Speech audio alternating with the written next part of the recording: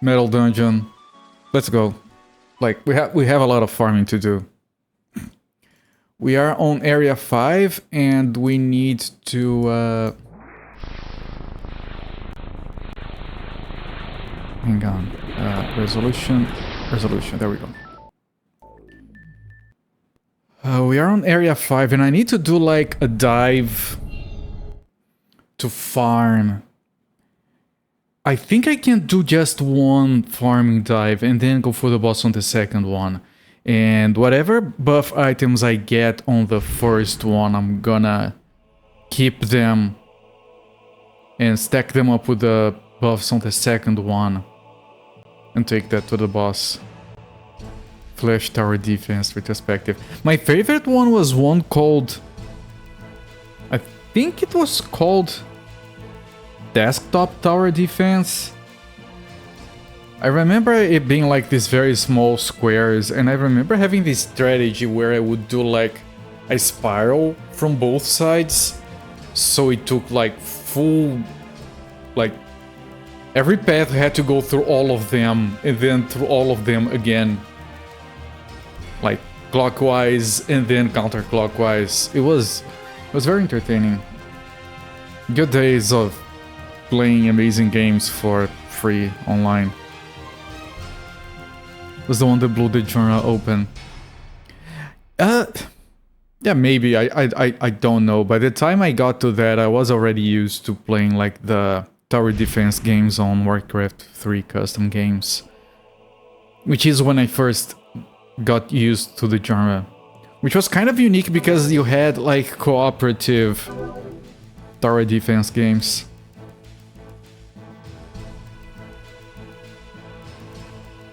Five won't have a ton of chests. Yes, Sunfall. We're doing a dive on 5. Mostly for the chests, not for the experience.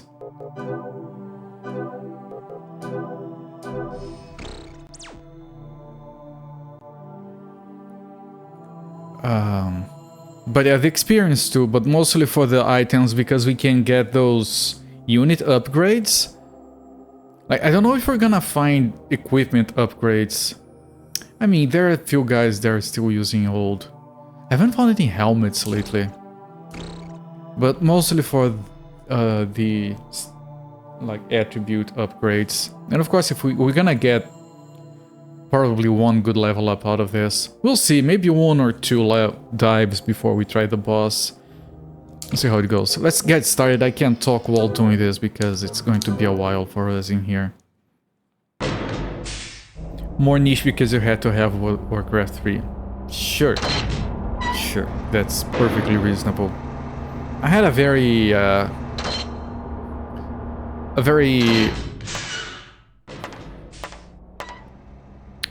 sheltered view of gaming back in the day. Like, oh, everyone plays Diablo 2 and Warcraft 3, like, who doesn't do that other than old people? I didn't even have consoles at the time.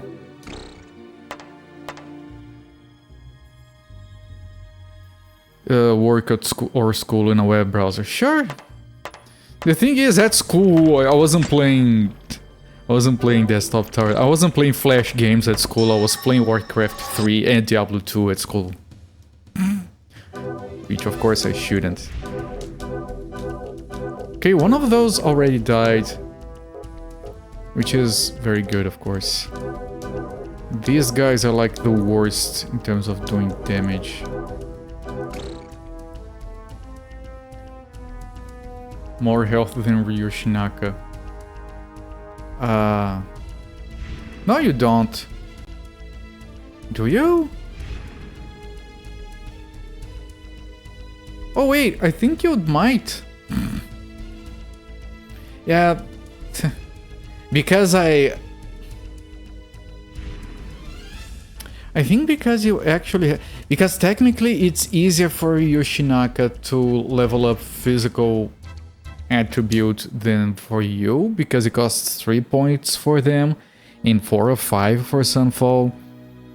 So because of that, when I get attribute items, I tend to focus on, you know, the people for whom these stats are more expensive. To this day, you'll stand by Warcraft 3 having the best tower defenses in it. Yeah, no.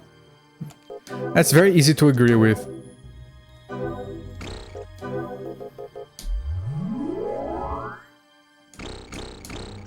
Given enough levels, the brother will exceed most classes.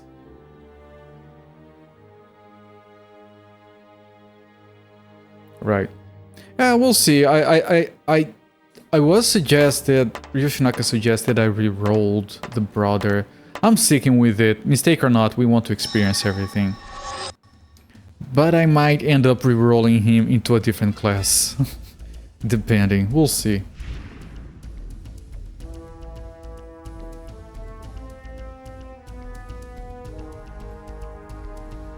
I think by the time we consider re-rolling him, we won't. Because we need to get like 20 of those items just to upgrade everyone else's classes. Before we even consider doing the brother. Changing the brother's class is like the last thing we'll do. So by that point, brother will probably be strong. But doesn't mean Broad doesn't jack of all trades. He doesn't specialize in anything.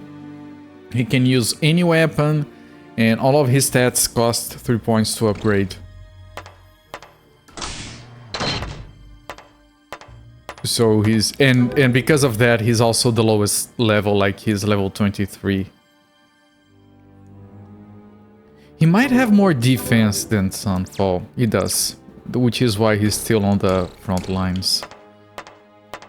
Mr. Samuel L. Jackson has a lot of range as an actor and as a class in this game. Brothers in linebacker, which is what I think of. Yes, I think I mentioned that. That's difficult. That's difficult. That's difficult. Those people are gonna paralyze me. I think that might be the only thing they do though, so maybe it's fine. So far they only silence, well, they paralyze the caster. I've been slowly playing through the second Jamcraft game through Flashpoint, really enjoying it.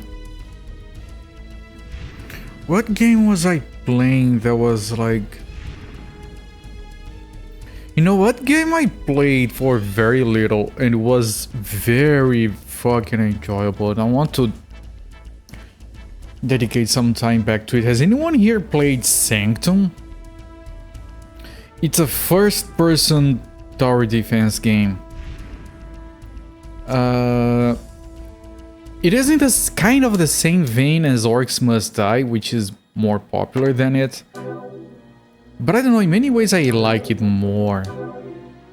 It can be surprisingly immersive and addictive. It has a sequel.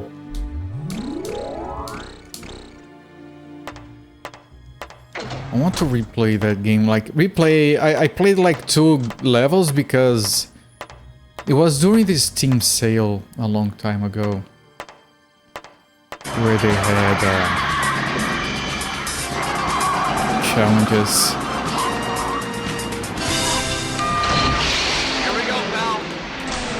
I hope it's the right apartment, Michael. So do I. Good grief.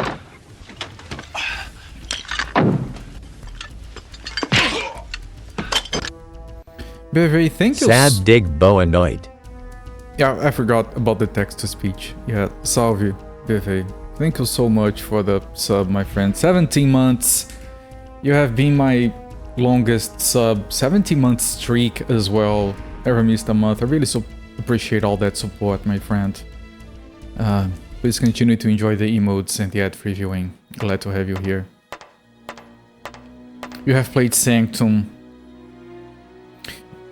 Don't like combining a hero control the tower defense, that's subjective. I can totally understand that, and normally I wouldn't like it, but on Sanctum I actually did.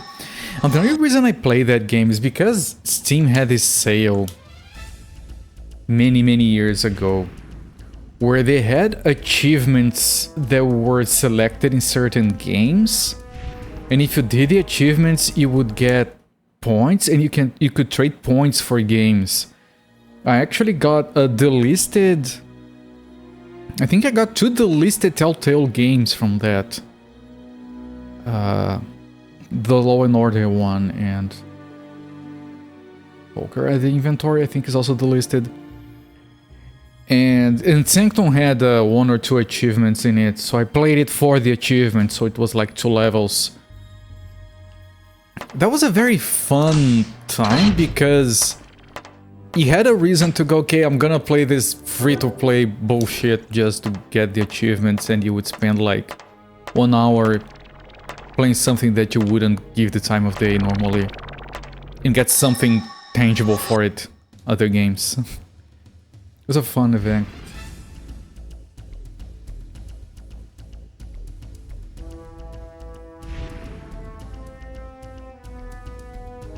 Yeah, they had cooperative, competitive, they had everything in Warcraft 3. It was a very fun time. Not every game there I liked, but that's by design. Of course, I'm not gonna like every game.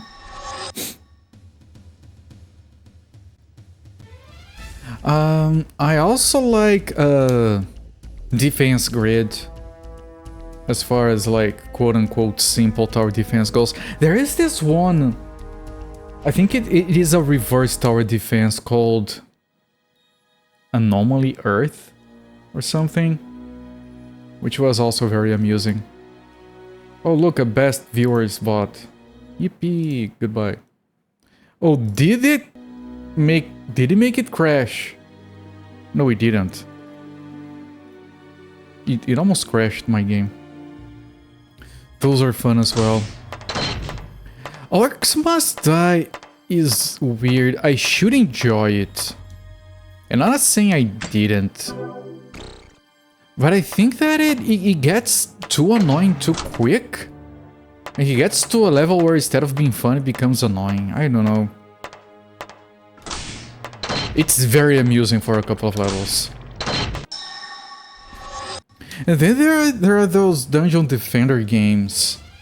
I played a lot of the first one. It has way too much DLC for its own good. Fuck that. I don't respect that game at all. But it was a lot of fun. And it's fun to play with friends as well. Yeah, Orcs Must Die and Sanctum, they both have that feel, yes. But Sanctum was more enjoyable to me than Orcs Must Die, which is not the normal experience, so to speak. Most people prefer Orcs Must Die. It has very good music. Dungeon Defenders 1 is actually really fun. Less said about... Yeah, I never bothered with the later games. Yeah, I only played the first one. I played with friends. It was a very enjoyable time.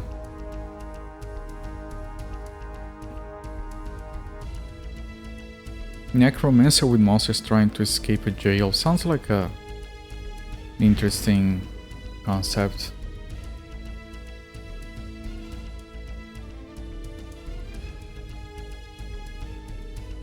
Oh, Plants vs. Zombies. I think I have beaten that game twice. I've never played the other ones. I presume they're shit.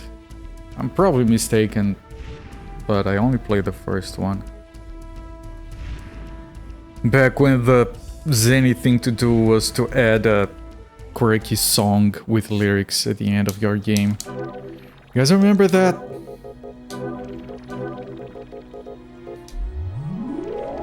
Everyone liked Plants vs. Zombies.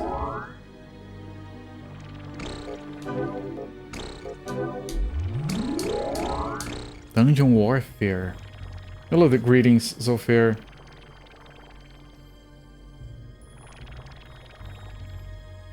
Yeah, I haven't played the other Plants vs. Zombies. Hang on, Dungeon Warfare. Yeah, I did hear the battle incoming, I don't care. I do have one of them. The first one. Oh, this is very reminiscent of stuff like desktop defense. I like the polish on Defense Grid. It was a very polished game. It had a lot going for it. I haven't played the second one. Necromancer Remastered Defense game was free on itch.io. Probably still is. Never seen a game start not being free. I mean, I have, not on Twitch. Hard shoulder. Who wants a hard shoulder? You already have a hard shoulder. So it's either you or you. You have less defense, you get a hard shoulder to cry on.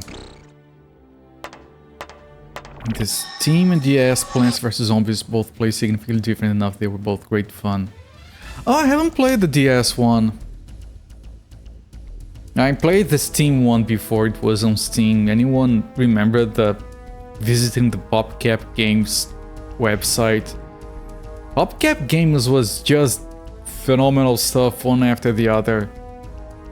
And then they released, what's it called? Shuzzle? Which was a match 3 with fuzzy creatures. Which wasn't bad, but it was so devoid of soul compared to some of the other games. You know what is one of my favorite guilty pleasures when it comes to PopCap games? It's this very old, very dumb game called Big Money. And the intro is just a guy, big fat guy with a cigar going, Big Money! And you just click coins with the same color and they disappear. That's it, and it's weirdly enjoyable. It's my favorite classic PopCap game. I should like Bookworm, but for some reason never clicked with me. Alright, Delicious Coffee, enjoy your lurking. Bookworm Adventures. Yeah, I think I didn't enjoy Bookworm as much because language barrier. But I could appreciate that it was quality. Barry. No, it wasn't. That would be amazing. That's one of the best quotes in video games. Bury me with my money. Okay, we finished this wing. Peggle. I haven't played Peggle Knights. I've beaten Peggle twice. Like I said, just grab a simple concept and polish it to a T. The first quote-unquote commercial games I worked on were very derivative of PopCap stuff. Like, you know, simple puzzle games with a linear campaign, stuff like that.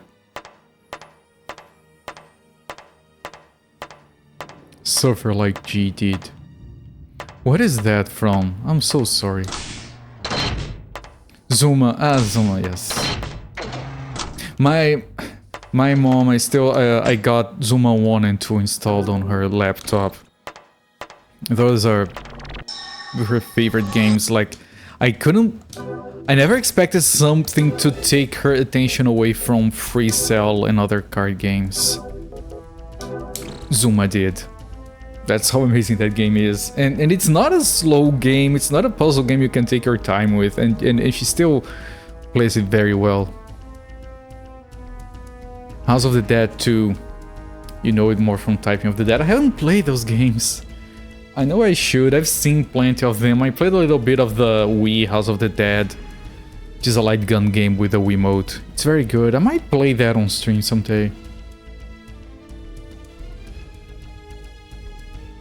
Hudson or Two Companies, quite underrated. I have a lot of respect for Hudson and for old PopCap as well.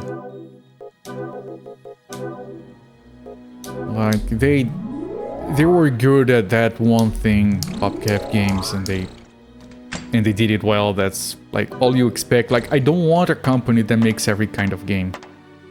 I want a company that makes a single kind of game and it's really good. And that was PopCap. I don't want you to diversify. If I want to diversify, I'll get a game from a different company. Different dev. I want you to specialize. No, PopCap is like EA infused shell, broken shell, like so many others. Speaking of EA infused broken shells, I want to... Every now and again I get this urge to play Spore. I might do another playthrough of Spore. I never finished Spore.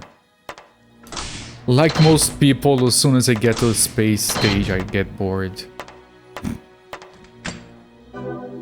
Props to Furex's staying specialized. Yup. Like, Furex's is one of those companies where if they didn't stay specialized, they would be so mediocre. And I don't mean that as a slight.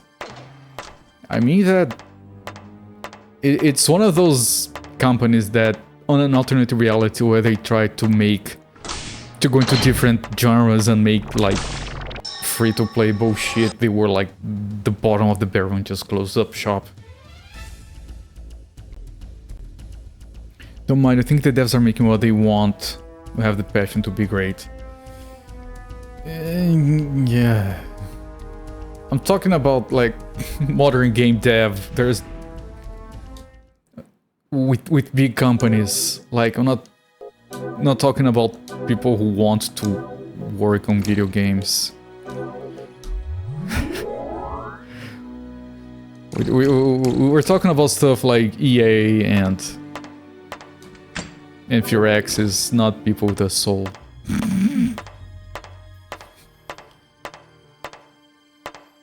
You don't want any company to go free to play or battle pass. Yeah, no one wants that. It still happens all the time.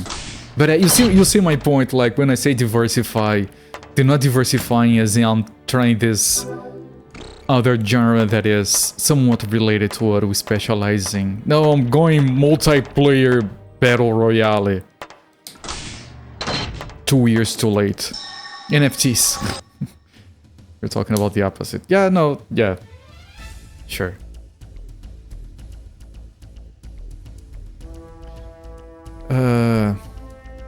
Your brother has finished Spore several times. Spore is one of those games that I've played it twice. It's amazing. You get to the space station, yeah, I could beat it. The only reason I haven't beat it is because it's more fun to just start from scratch than try to beat it. At least for me. I think most people are like that. How did this fail? Because you designed it to metrics. Which is worse than design by committee. And that's a feat. Not many things are worse than design by committee. Hello there, Alex Murphy.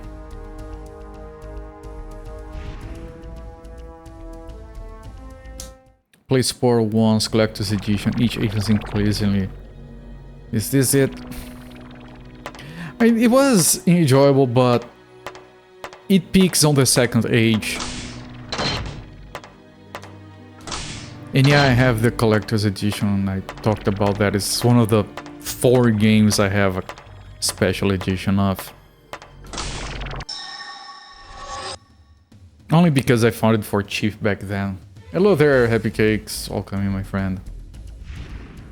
First and last time you bought a Collector's Edition. I don't regret them because I wouldn't buy, like, if a game is 60 bucks, I wouldn't pay 80 bucks for a Collector's Edition. That's horrible. Thank you. I would pay like 65, maybe 70 tops. Because that's so rare, I have very few ones. You'd have a different opinion if you ended up loving the game. I think I got my money's worth.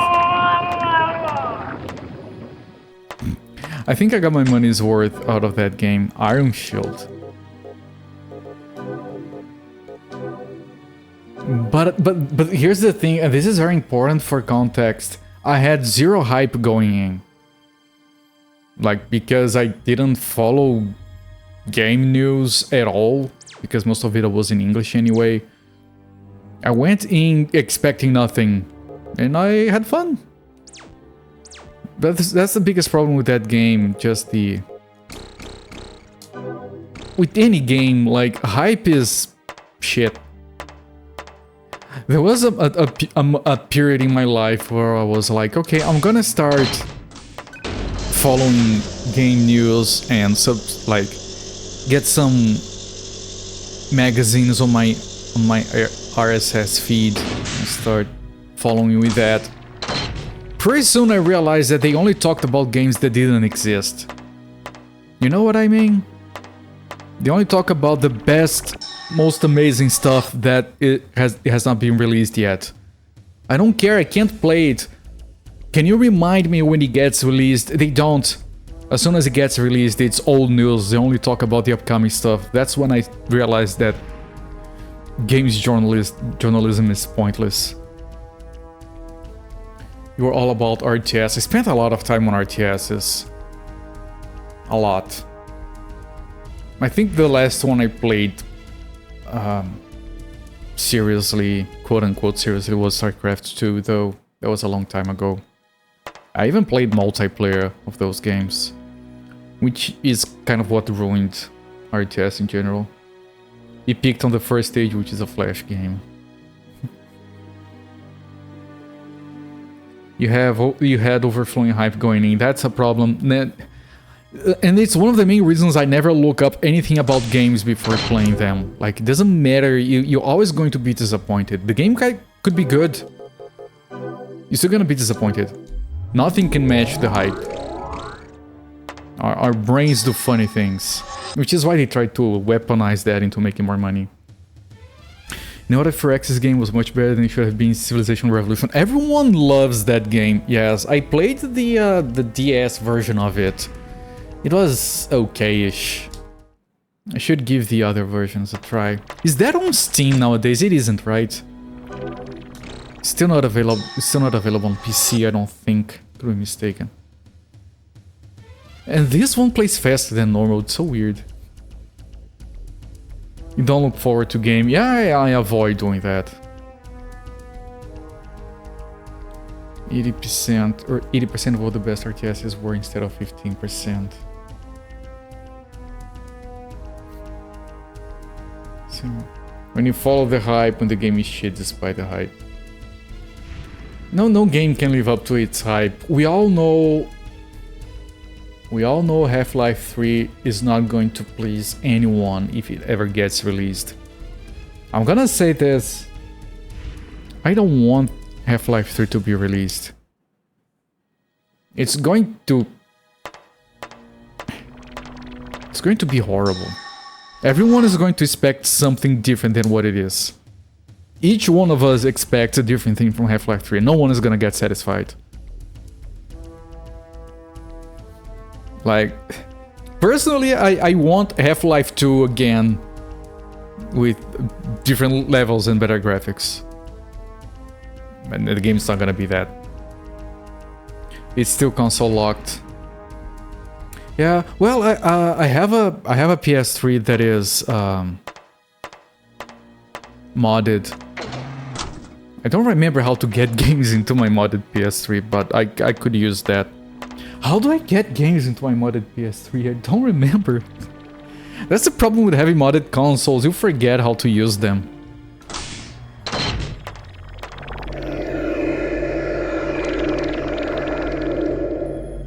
But I could play it on that. I need to equip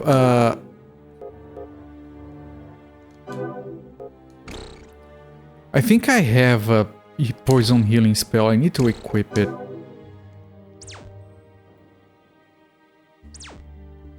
I don't have... Okay, someone's gonna keep taking damage. Whatever. Most loved the 4 years was Warcraft 3. StarCraft 2 didn't land for you at all. Into beyond all reason. Yeah, I really like StarCraft 2 in general. Although the campaign gets really fucking dumb at a certain point. And I play those games for the campaign. But I think that it looks great and it plays amazing. Okay, lowest already has a hard jacket. So it's these three. Lowest is this one, hard jacket. Right, no one wants a breast you want a breast cover. No one wants a rubber jacket. Back in Total Annihilation days, you didn't even love Total Annihilation, was fine. It is opposite direction. I played Total Annihilation as a kid for 2 or 3 levels. It never clicked for me. I would like to give it another shot. Super respect for them letting people develop further. That's not always an easy choice to make.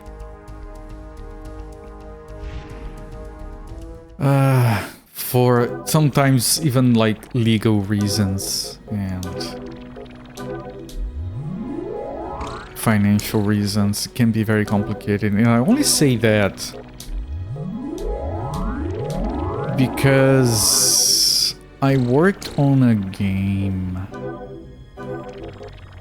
that was online in my early days, and it had a respectable following in Brazil and Greece for some reason. And when the company was was about to get sold because we're just quitting the business because it doesn't pay the bills, because making games is bullshit, etc. I've talked about this.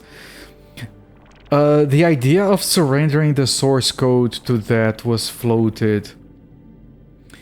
And part of us kind of liked doing that, but we kind of needed the money that what we were gonna get from selling the company. And it was probably going to harm the deal if we did relinquish the source code, so we kind of had to not do that. Which I kind of regret, to be perfectly honest. It would have been fun. We don't talk about number 3 because Valve might hear. Yeah, every time someone talks about it, it gets delayed another year. Which is why it's into a few millennia from now. Can't be working around without a breast cover. The problem is it's only one. It's not breasts cover, it's just one. I think it's one-sided. It's probably uncomfortable. It probably chafes. Mostly for the skirmishes. Did you play the commander stuff? Where you have the different commanders and you have like these specialized battles? Those were very fun to do multiplayer. They're cooperative. In StarCraft 2. Please don't die. Please heal that piece of shit. It's not sorry, you're not a piece of shit. We're talking about the low health.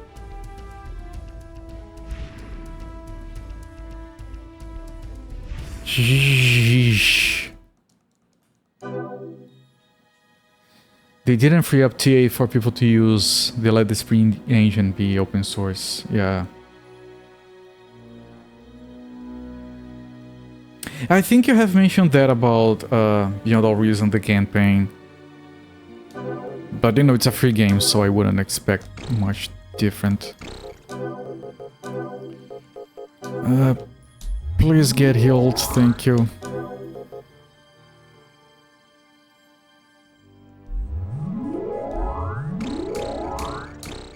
Two smart ways to do things. One type is smart is the economic model, one is the betterment of all. These two types commonly compete. Yeah.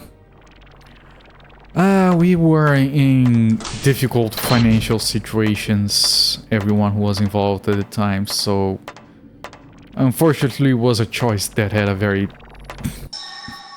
easy decision. Breast, yes. You thought the 2-player co-op commander thing was the best part of StarCraft 2. Yeah, it was. Explaining for the eye candy. The eye candy in that game is very candid. No, it's not it. There's a lot of it. It's very good. Yeah, no reason has no campaign, just skirmishing challenges. Some different modes, enemy types, only AI for variety. Sledge knuckles. I think that's already what we have equipped. Shit, I'm hungry. Sometimes it surprises me.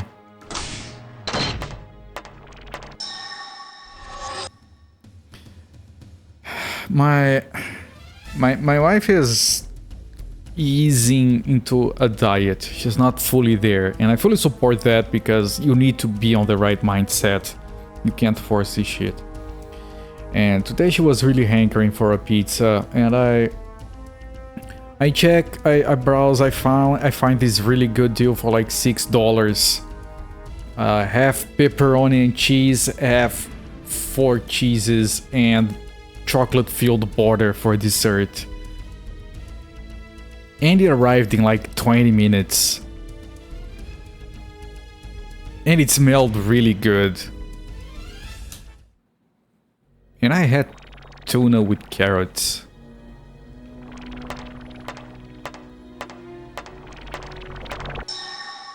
That's how much willpower I have.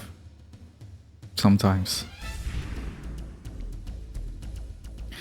I mean, I'm fully willing to pay for the version that has a campaign. Like, being free does not necessarily entice me to play a game. I don't have a problem with pay for what I want. Put my money where my mouth is. You shouldn't, right? That's disgusting.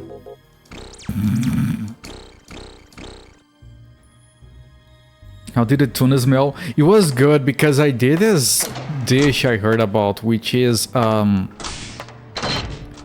patties. And basically you grab tuna and then you put an egg and shredded carrots and you mix it and you make it into a patty and you pan fry it. And it gets crispy and it's amazing. It's like tuna. I don't know why I got scared by the by the eat screen. It's like tuna but less boring. It was fantastic. Fully recommend you guys give it a shot if you like tuna at all. It was the best way I've ever had tuna, actually. Other than, you know, tuna sashimi. Raw tuna is so much better than salmon. I was so freaking surprised when I first tried it. Tuna steaks are a whole other thing from canned. Yeah, we only have canned here. And you know, the raw tuna from sushi places. Hard tuna.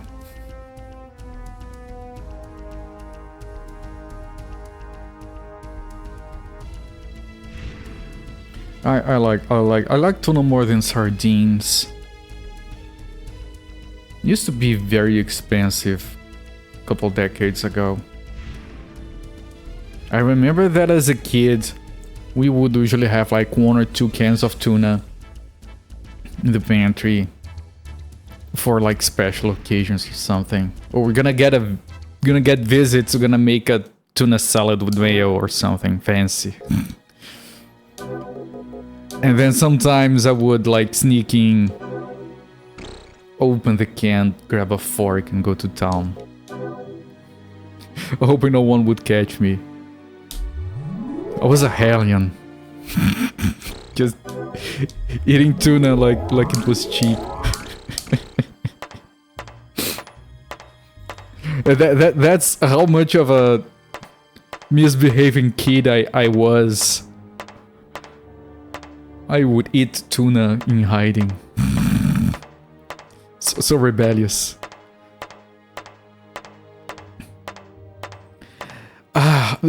Tuna sandwiches with mayo are... They carried me for like the first 2 years of college. They're freaking amazing.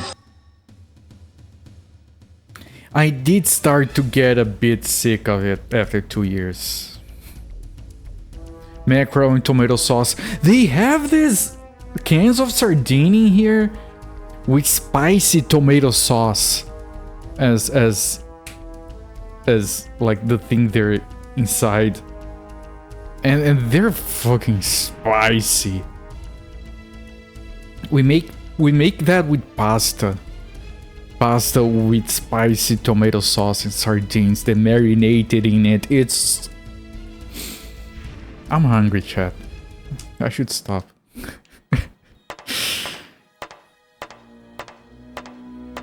I haven't had pasta in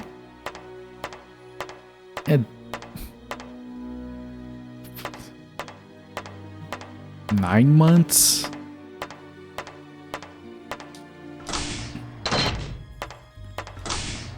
Well, it's fine.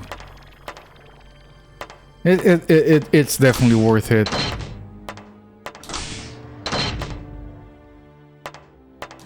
Like I'd rather never eat pasta again than be fat again.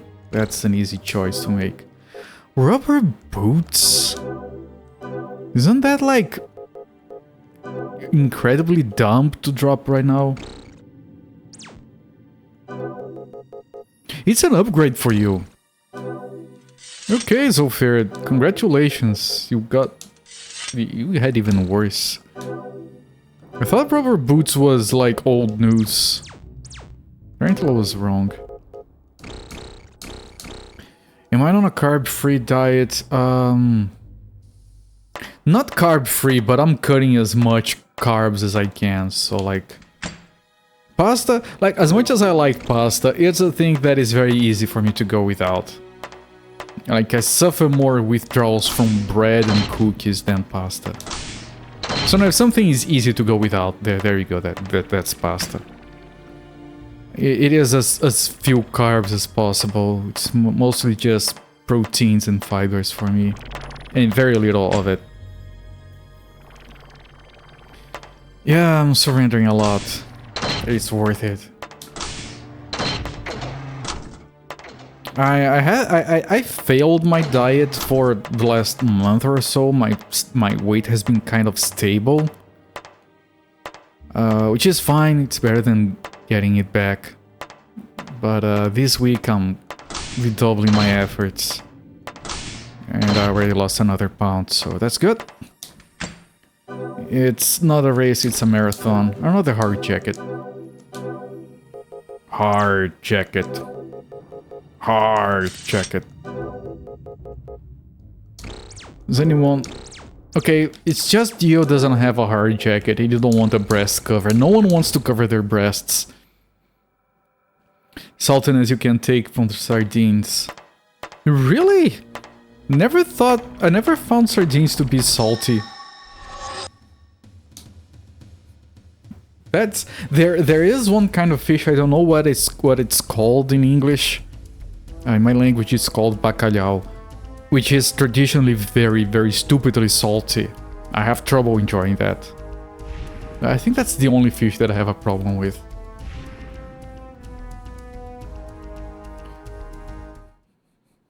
You're on a reduced carb diet, pre-diabetic.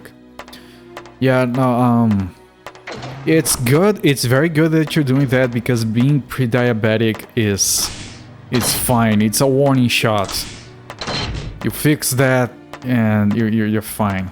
I'm glad you caught it, and I'm very glad you're working on it. I know people in the same situation. Good for you. The only health issue like as far as like nutrients go that I've ever had was with cholesterol, and just a little bit, and just like the worst of my obesity. Other than that, everything else is fine. Well, I have low blood pressure, but that's whatever.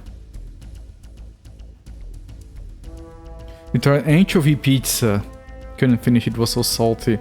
I had fish pizza once. It was the most disgusting thing ever. I remember we were on a party with friends, like 8 people on a table, and someone gets a slice of fish pizza. I don't know if it was anchovies or what the fuck it was. They have a bite. I can't have this. No, let me try it. Pass the slice along. Takes a bite. I can't have this. The whole thing goes through the entire table. No one can eat the damn thing. And I don't think I've ever eaten fish-based pizza since then.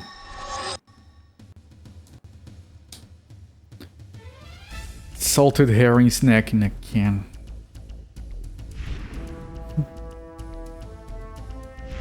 Your parents spoiled you with home cooking growing up.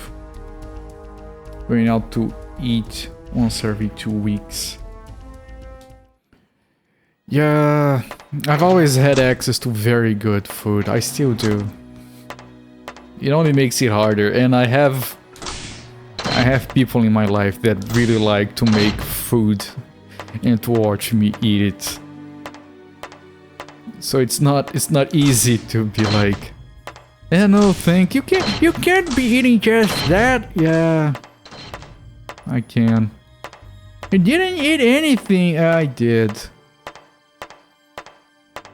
I'm starting to get worried about this diet. Yeah. They mean well. They don't make it any easier though. You are an unsalted anchovy.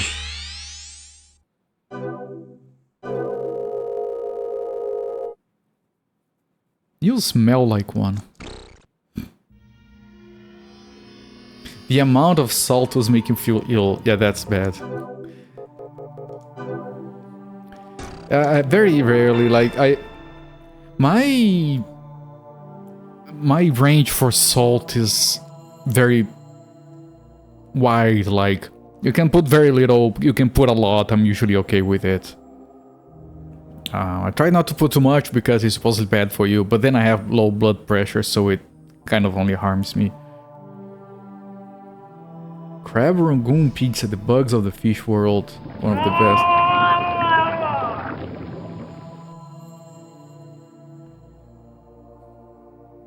So what? I didn't say it was a problem. You're around people supporting your diet other than the vacations makes a difference. Yeah, supporting. Yeah, the support helps a lot. I'm not saying they're not supportive, but they're supportive in a loving family kind of way. Like, yeah, you're on a diet, but you know, a little cake is not gonna hurt you. It's just once every day that we try to get you to eat something greasy or sweet. It won't kill you. It's not gonna to harm your diet if you just have cake every day, once in a while, every day.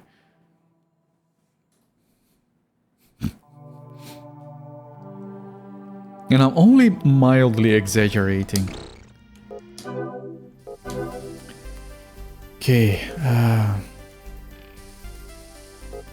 what do we keep? What do we sell? These are okay, hang on.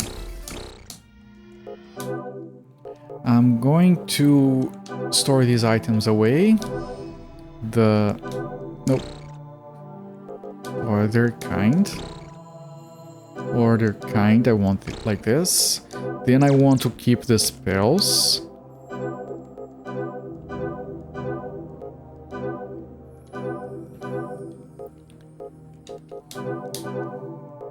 And I'll look at the spells that we have kept.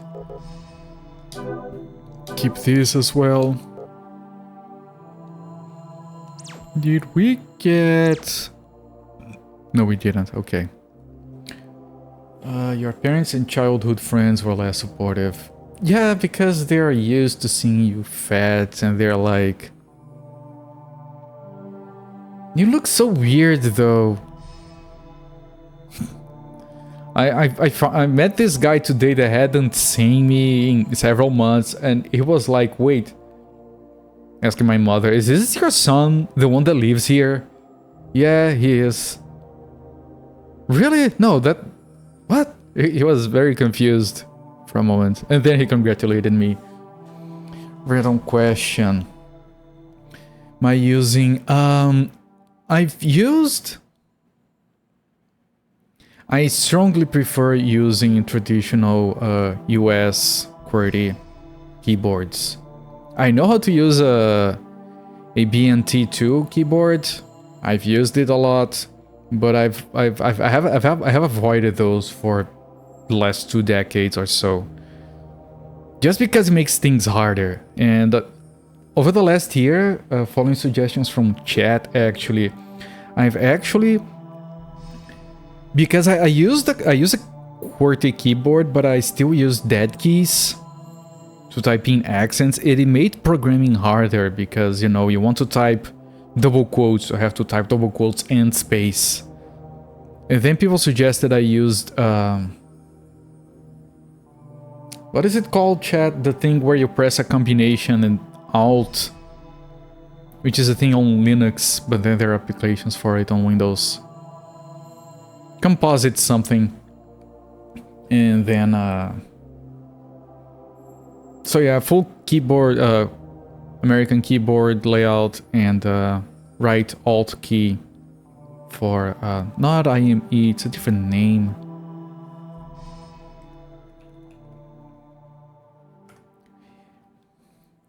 Yeah, you use specifically composite decking. There is a name specific for it. There's something along those lines. I press the right Alt button and then I can press like an accent and then the letter. So I don't have dead keys always working. So my keyboard is normal except right Alt enables special characters. Alright, I want to look at the kept items. Energy was better. Yeah, I have been feeling a lot more awake after I lost the... Let me convert to pounds. Give me a second.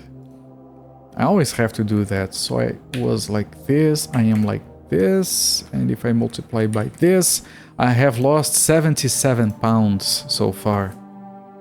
I'm still not done. All salt. You can only eat salt. I have 2.2 Musifate. It's what I know. I used to be on an all-salt diet back when I played Dota 2. You room to the vegan. I love trying different stuff. If I had like a vegan friend and they're like, "Oh, you have to try this shit," I would be like, "Gimme, I want to. I'll." Is it different? Is it different? I want it. I have belly fat, not overall fat, just cholesterols. Your arteries were thick. And, yeah, I have big bones. You had a lot of chicken breast, avoid snacking on carbs. I like chicken breasts. I usually eat a lot of those when they're available.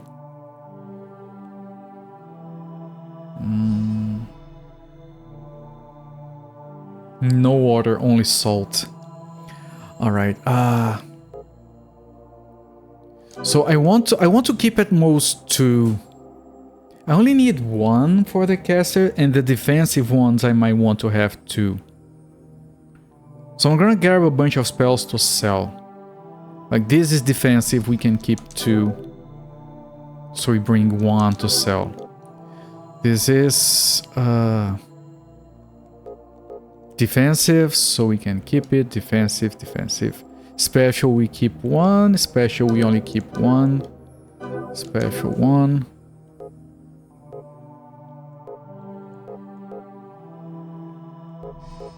Special 1. Special 1. Not special, it's effect, I think.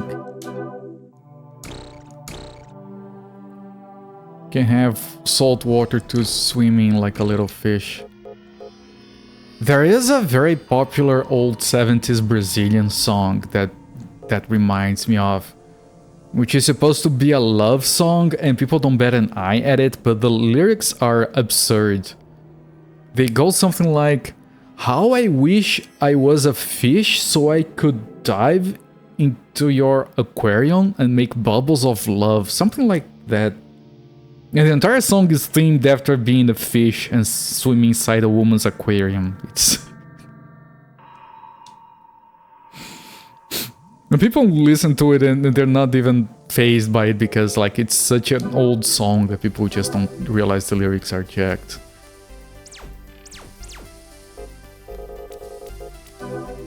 There is a very old Brazilian song from the 60s that you can sing it and no one will bat an eye because everyone knows the lyrics.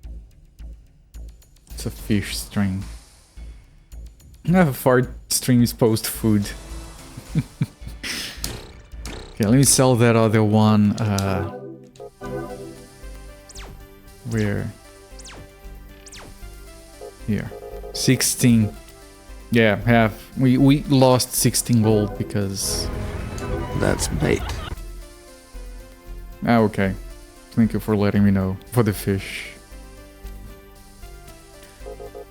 Yes. Thank you for the warning. If I went to attach those units to have... This is for Sunfall, this is for Tiger Ting, and this is for whomever needs more health and doesn't have it cheap.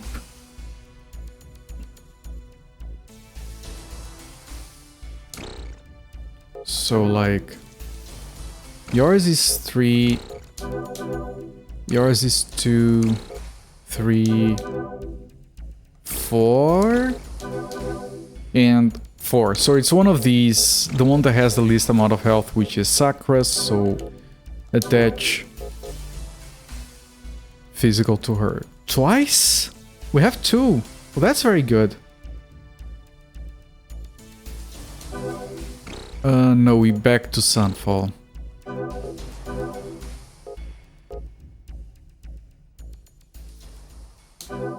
And this, and then blow on Tiger Ting. I should have confirmed, but it was fine. Now, Ryushinaka 17. We need to get more health on him. That's depressing. Yes, it is Zofair. Trademark. And it's also the one that got the could you not from the Sneeze blood flamethrower story. Okay, so if I do this and this, that's a lot better. No, I'm gonna do this and this. I have a lot of health on Ryushinaka for once. On the last point...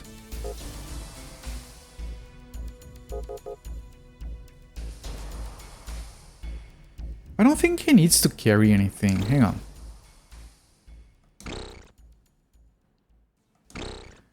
If I want to see the carry status of everyone, I have to go here and check. There, 48 out of 52. Sunfall needs to carry more. You don't, you don't. Sakura kind of needs, you don't. Okay, so the 2 backliners, because they have to carry spells, they need more. So these guys, they are at 4, they don't need to go further than 4. So again, you're gonna get this and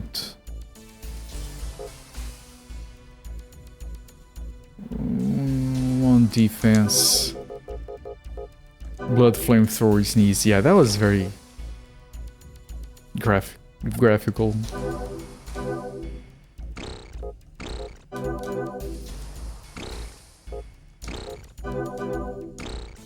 Okay, I'm just studying this. I'm gonna put 1 in physical, 1 in carry. That's a lot of points. And for now, I'm not gonna... It's really tempting to put more here so her heals can help more, but I want to upgrade her actual stuff.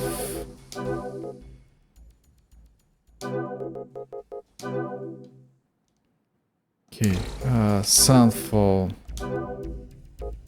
You don't want a physical, you are on par with Sakura, so that's fine. You do need 1 carry though. And then this stuff.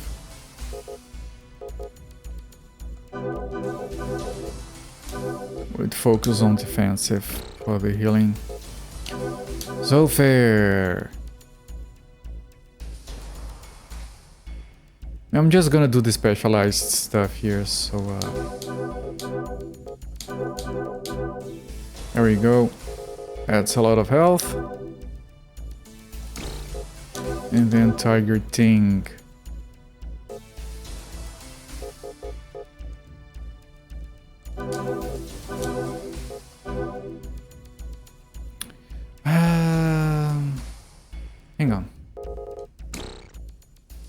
Yeah, I'm gonna put 1 point in physical. Then, because it's like an odd number, I'm gonna put another point into resistance. So we can get like everything properly lined up here. There we go. Good, I think it's specialized but still a bit balanced. I think this is good for everyone. Yeah, I think that's everything we can do. Now we have to decide, do we have one level 50. Is that enough to try the boss? I think it is. I think I'm gonna try the boss on this dive. Which means I'm gonna put another save. If the next, like starting now, whatever time we spend, if we die at the boss, we have to reset to lose all of that. You should have a taunt. And I'm gonna say the same thing I said before. There's a lot of games that should have a taunt, but don't. Can I buy anything that would help me? Everything here is weaker. All the equipment.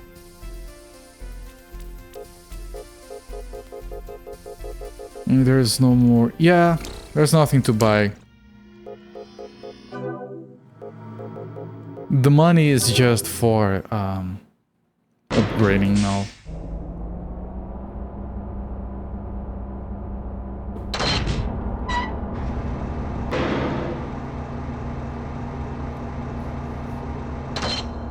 Now, because this is a boss dive attempt, I'm gonna try to avoid enemies. I'm not gonna try to avoid farming. No, not farming. I'm not gonna shy away from checking chests. But I will try to avoid enemies. Okay, battle is going faster. That's good. So, quick check for chests. Then move on. Try to avoid enemies.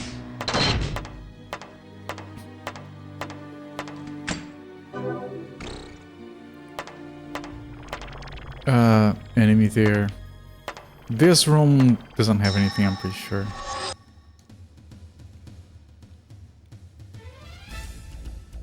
The rooms that are the elevators that move me forward, they are red on the outside. So any rooms that aren't red on the outside, we don't have to check inside them. So if the door is being guarded by a monster, just skip. Yeah, look at the damage that the fencer takes, it's nothing. Because physical also seems to increase the defense, which is weird. It affects how much damage you take. Whoa.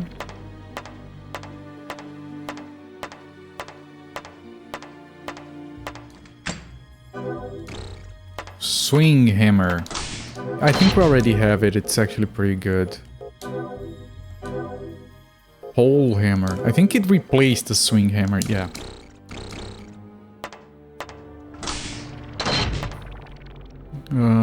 Excuse me, sir. You're in the way. Beat Knuckles. I doubt that's better. I think we're not gonna find better gear here because we already found so much stuff. Yeah, it's weaker. I think we're gonna need to delve into a deeper level to find upgrades. For equipment, of course you can still get the attribute upgrades. Okay, yeah, shit, no, this group is jacked.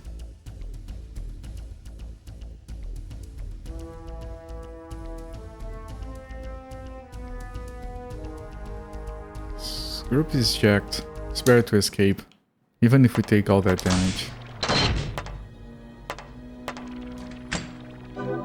Like, groups that we can kill sort of efficiently, there's no reason to escape those. You'll take more damage escaping than just killing.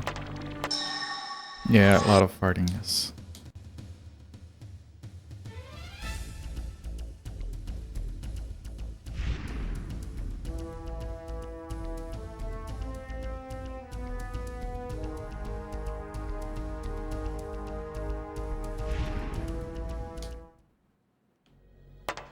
When I was a kid, we had a... this is even worse. When I was a kid, we had a saying for people who made fart noises. Those who fart from their mouth have shit in their head. You guys have anything equivalent over there? I always found that saying to be amusing.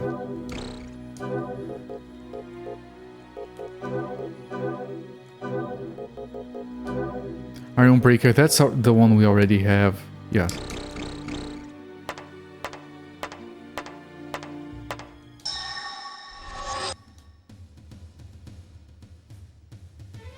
No, but that's funny.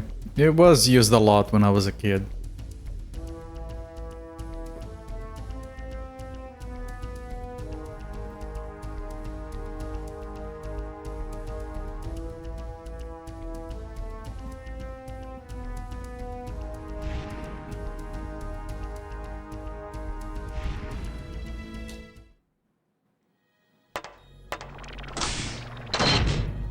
Where is it? There is an enemy, it's there. I have fixed their wagons because you believe in the right to repair. Very good, we should be fixing things instead of replacing them.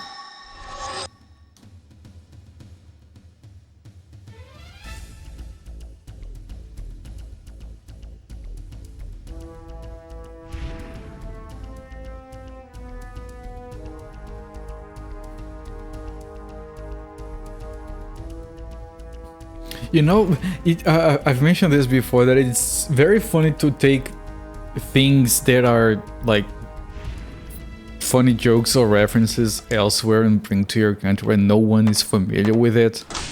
Like the Chinese proverb, take your pants off to fart. That one is glorious. I'm still struggling to use it, but it is glorious. And there is one that I used one of these days that I didn't even realize that it was completely different than anything we have, and people just started laughing in agreement. We're talking about someone who was a bit dumb, and I said, yeah, he's not the sharpest knife in the drawer. We don't have that saying down here. People just were very amused by shit. When you assume you make an ass out of your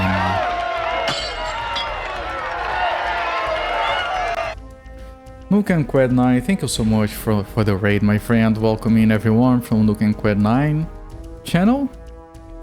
I'm Corporate, I stream from Sundays to Fridays. We are currently playing through Metal Dungeon for the Xbox. Very slow, chill game that makes my chat talk about farts. We were just mentioning farts when you guys arrived. I have a very mature chat over here. Welcome in everyone. Hello Hayabusa.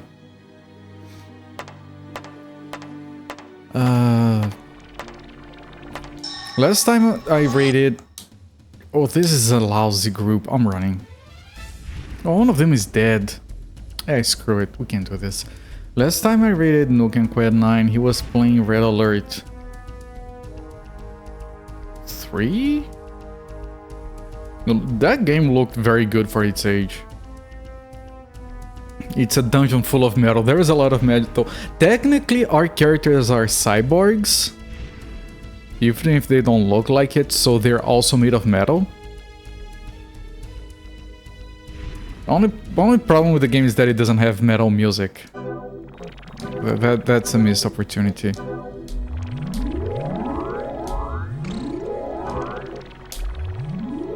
Cool looking game. It does look very cool. We have monk woman. We have thin sword guy. Like very thin woman, but the ass is still very big, of course.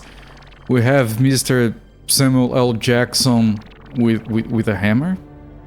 Very, very good, sir. We have Short Stack Sunfall, the spellcaster. And we have the Lizard Woman Sakura. 2000s, yeah, 2002. for the Xbox. Early 2000s. The only, as far as game looks, the only problem I have with it is that the tile sets are very similar looking.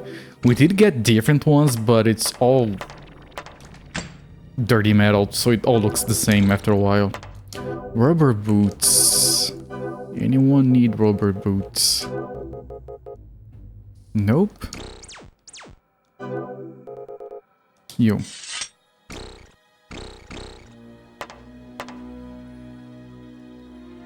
There is a Baywatch RTS. What? I didn't see what he was playing. Red Alert 3. No. That wasn't Baywatch. He was playing a beach stage last time I watched. The special forces are beach models. Oh, okay. There is not, as far as you know. We should work on that. Someone... We need a fan project.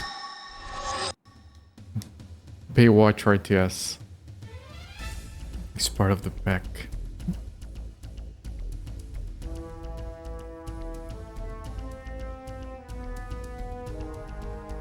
The spoon under my bed. Why would I have a spoon under my bed? I knew this person who would grab a yogurt and a spoon, take it to their room, eat the yogurt, and put the cup and the spoon under their bed and forget it there for weeks. That's the first thing I remember when I read your username. And yes, it was disgusting. Was the only thing weird about them. I don't know why. They were not hoarders or overall dumb people. They had that one oddity about them. And they didn't think it was weird. Sounds like your wife.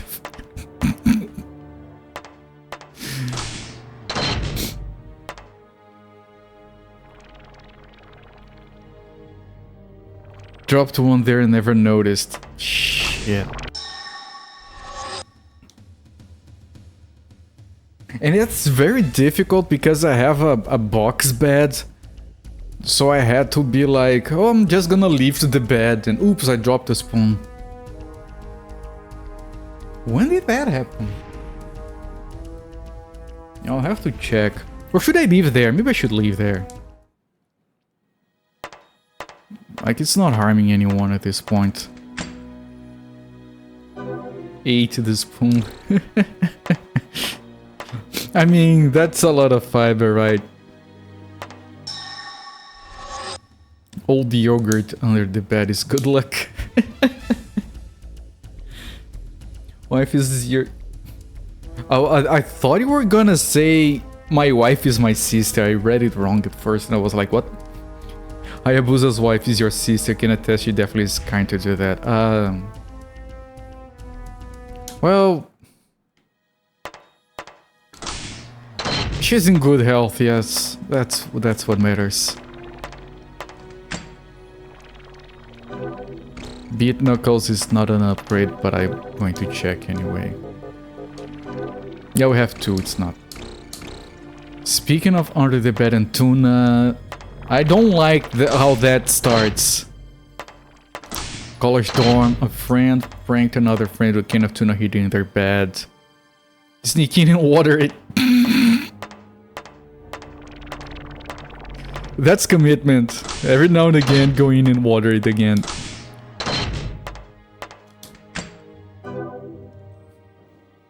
Your wife is much hotter.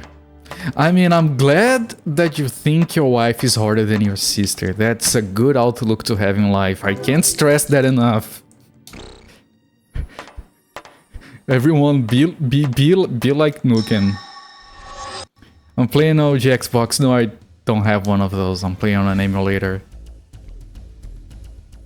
Never even seen an OG Xbox. I don't know if there are any in my country. Within 2 weeks, there were 5 cats living there.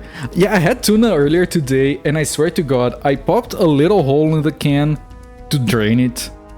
And my 2 cats were already, what's going on here? There's something going on here. I shouldn't like how that starts, yes. You're from California, not Alabama. Yeah, we're all tied. Even I know the jokes.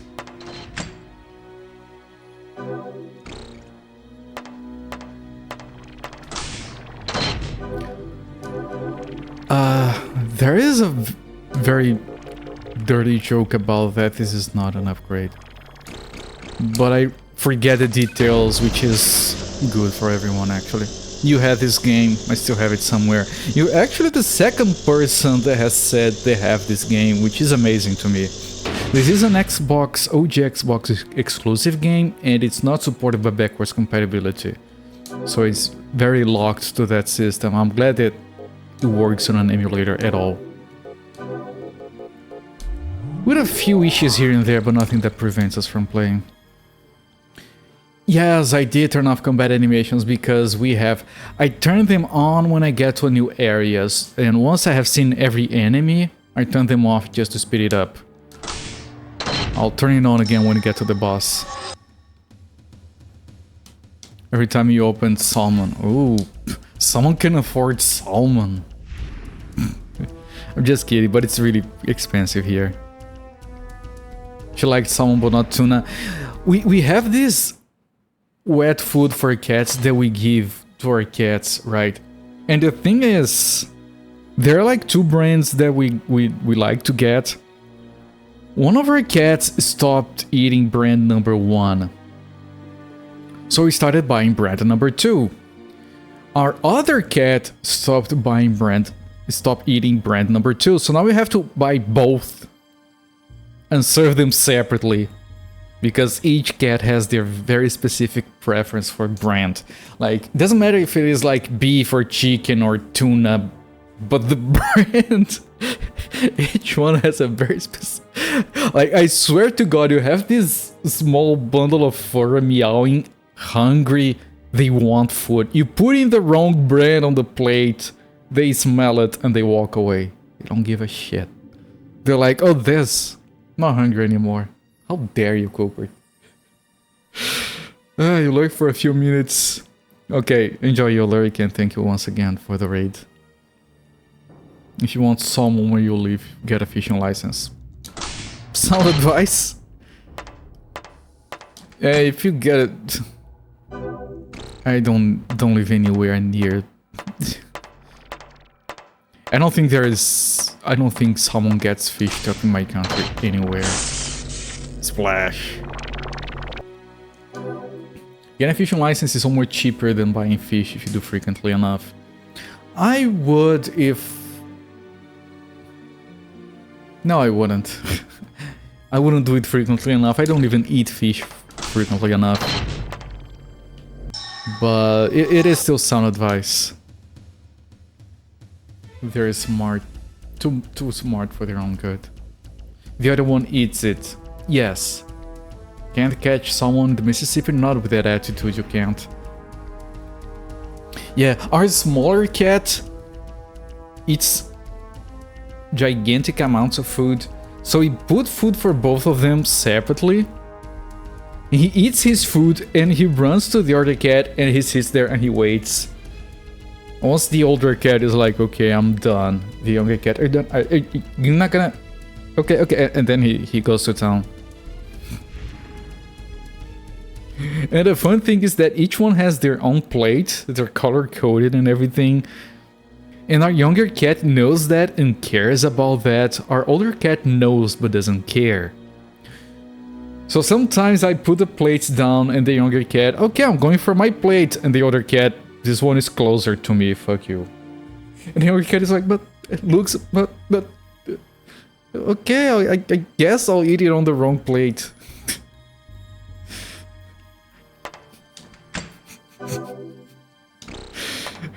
This is a common occurrence. It hasn't happened once or twice. That's cheap for the license. Yeah, if you fish frequently enough, it does pay for itself easily. Can get someone for free. God damn it. Just trade smoked cured meats for fresh fish.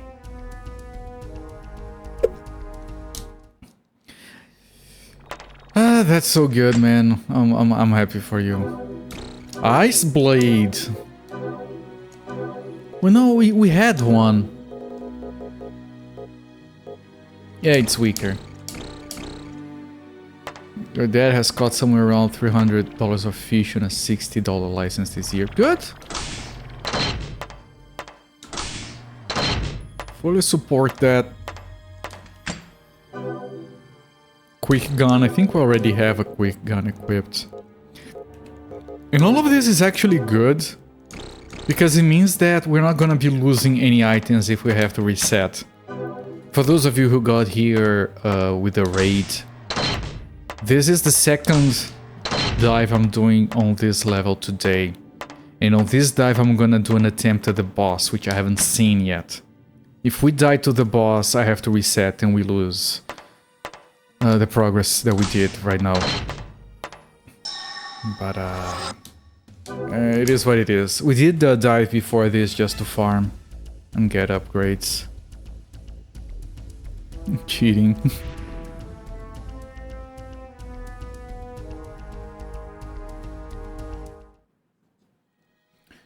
Alright, no chests.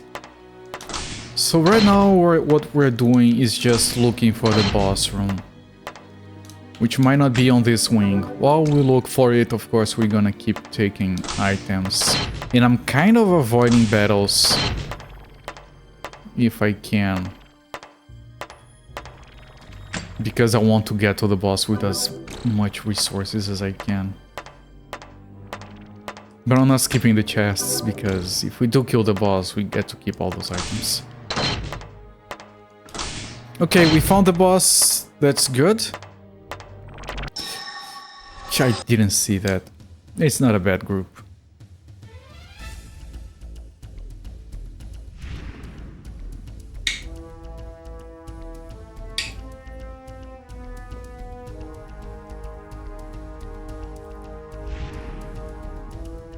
Especially with our guys with their upgraded weapons.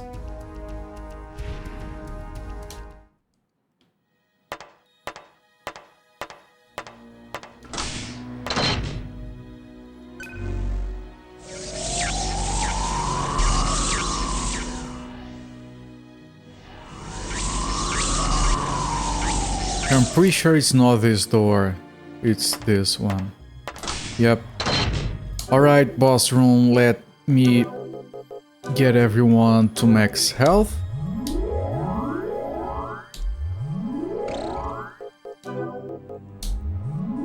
With the reserve healer. And let me use the temporary buffs. We don't need this. We can sell these. These are pointless. Like sensor, we can detect traps better. We are all detecting all the traps. You can also see invisible enemies. We see all of them. We have enough and it doesn't affect the battle. Depoys. Tech spells, which you're probably not gonna use, but might as well. On Sunfall. Probably doesn't matter, but sure. And that's it, that's all the buffs we have. Well, good job.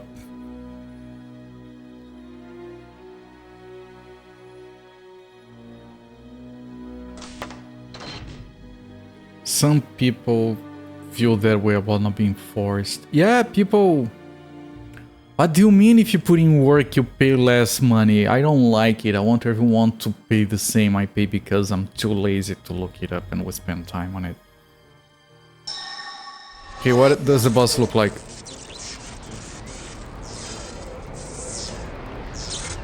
I forgot to turn on the animations, I'm so sorry.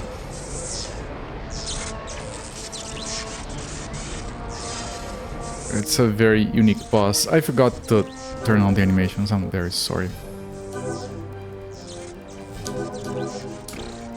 Okay, I was afraid that he might want to resist me.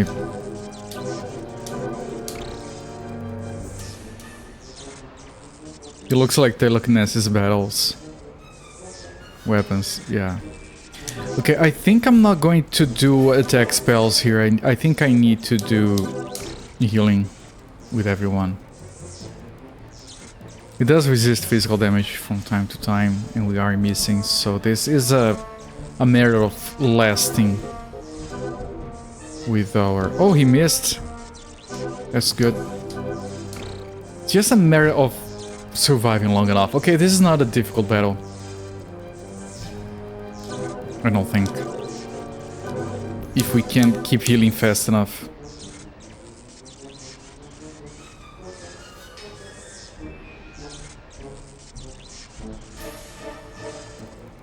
It's a very cool looking unique boss.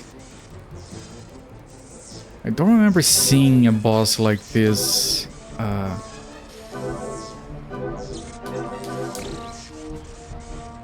Oh, she got panicked. That's not good. I don't think I can deal with that. Oh, she still damaged him. And panicked fast, it's fine. It's a very static battle.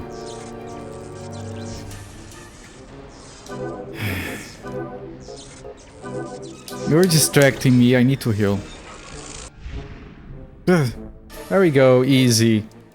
That's level 50. We have a guy that is level 20 something. There we go. GG's everyone. Area 5 is complete. You're here all night. No, it's fine. You're welcome to be here.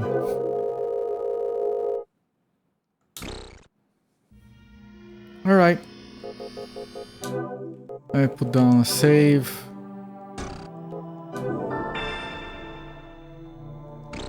Let me sell the extraneous stuff.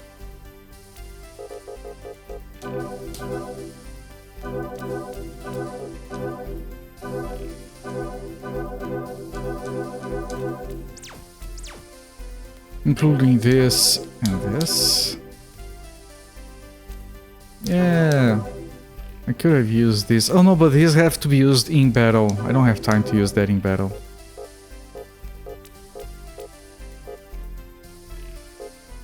Oh, there is a bigger area heal. I want to find it. Pretty sure I don't have it though.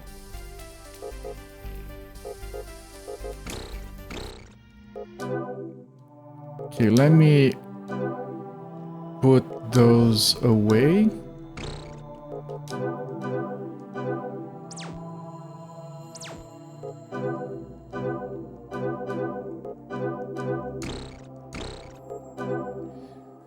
What do I have that is defensive? This, and none of those are for... Right, this is a Recoa B, but both of my characters already have it. It's the medium single target heal. To make your time yourself out for a particular bad joke again. I've never... You have offered to do that, I've never asked you to do it.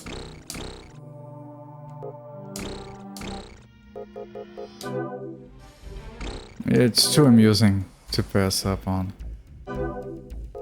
Right, no one has enough function points to level up. Yeah, it's not worth it. What can I attach? A sensor and an agility. So the agility goes to Sunfall because it's very expensive for him to level up and he needs to cast shit faster. And the sensor goes to Sakura because she's the analyzer. Thank you. Yes.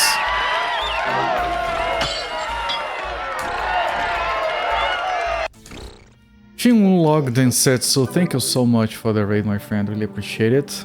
Welcome in everyone from Shinlog Densetsu's channel. I'm Cooper, streaming from Sundays to Fridays, and I'm currently playing through Metal Dungeon for the Xbox.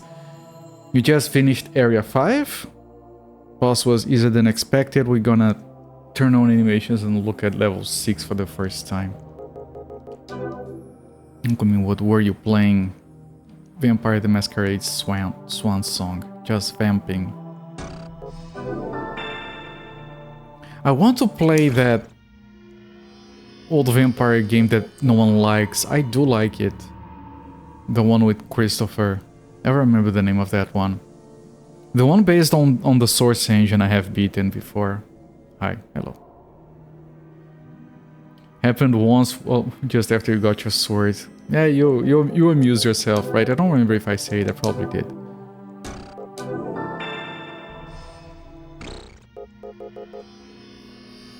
If you're talking about the one I was talking about, no, it was one from the late 90s, early 2000s. Vampire the Masquerade and a subtitle. And the main character was called Christopher and it started during the Crusades. And you are a crusader. You start as a crusader. And I saw someone rated me once and was playing that game and they said they hated it. And I was like, but I liked that game. Same people who did the console. Oh, okay. Redemption? Yeah, it's probably Redemption. Level 6. It has 3 floors. And oh, some of these require terminal room switches to open. This one requires 3 imps stones. What is that? Let me check the archives for the new monsters, which is just 1. What is that guy's name? Dark Spirit. Grudges of murdered humans concentrated to become this monster. Its evil spirit harms life forces. Grudges of murdered humans. I have to remember that for my stream title tomorrow. That's a stream title. You played Redemption back in the day, had a few sticky points, but you got through it. It does have a few sticky spots, yes. But I enjoyed it a lot. Grudges of murdered humans. Yes. Okay, let's move on to the next area.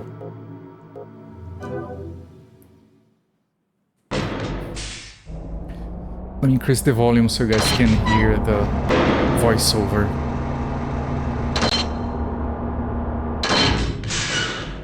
Area 6. According to the floor plan, we've already gone through more than half of the dungeon. We have? It looks like we're the first party here. We have no idea how many monsters we've defeated and how many corpses we've stepped over. Our mission is to find the gods of magic deep in this dungeon and stop them from waking up. Occasionally we can't help thinking that we might be more dangerous than all the monsters. The dangerous existence that nests in the darkness of this metal dungeon. We better stop thinking so much. Title drop. I wonder how powerful the gods of magic must be to manipulate all these monsters. We can't deny the possibility that our doubts, together with our lives, might be blown away when we finally stand before them. Let's not think about it right now. We all have to survive. Here's the information about Area 6. That voice acting. This area doesn't have a terminal room. Furthermore, the control room is locked. After trying so many different things, we finally found out that we need Imp Stone to leave this area. Imp Stone is the core part of the Imp weapon monsters. We need 3 of them to unlock the control room. As long as we know this, beating Imps is the only way to get those stones. We're sorry if it sounds like you have to depend so much on your luck. We hope we all survive. This is all for now. She really didn't want to work with voice acting, did she? Yeah, she didn't want to be there. That's the second time that one actor reads anything for us. She's really not happy. I'm reading a voiceover here for this game. It's a metal dungeon or some shit. That I don't really care about. Good night, Spoon Under the Bed. Thank you for stopping by.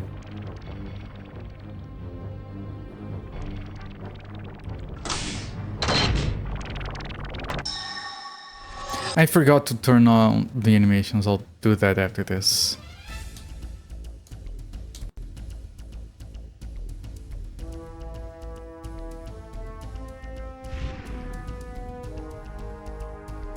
Miss?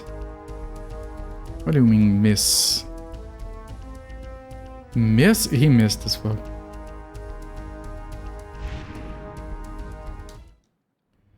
Okay, let me turn on the animations so you guys can appreciate the new enemies. Although for that you don't need full animations. You can do normal.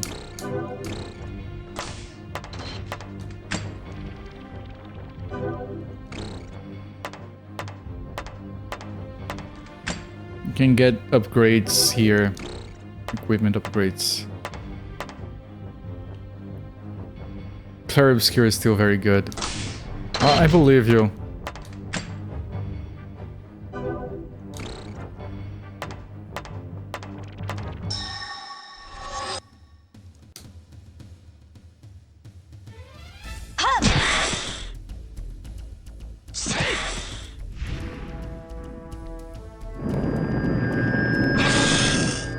I know that sound from somewhere, chat. What is that sound from?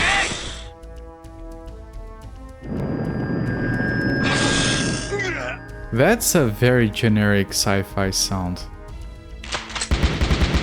Oh, the new gun! I hadn't noticed shit. The gun is not a beam weapon anymore.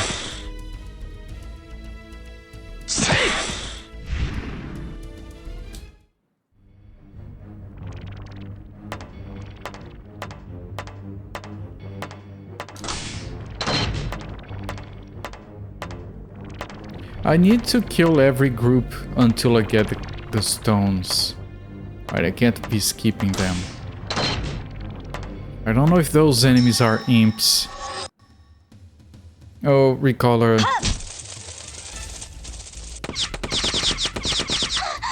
What? Why do the bees make that noise? Okay, you're gonna have someone poisoned. Nothing we can do about it. Splash.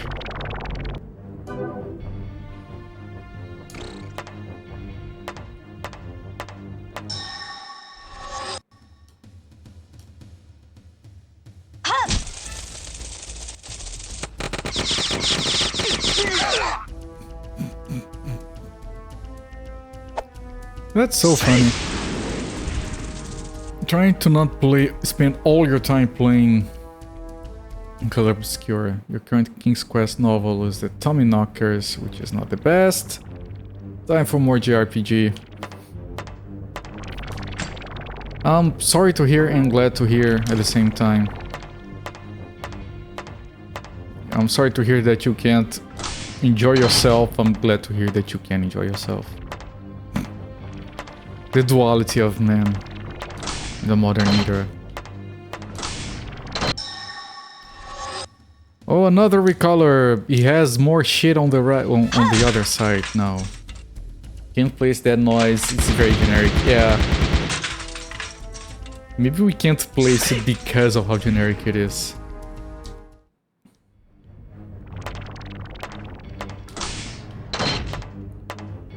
This really looks like it's going to be the control room.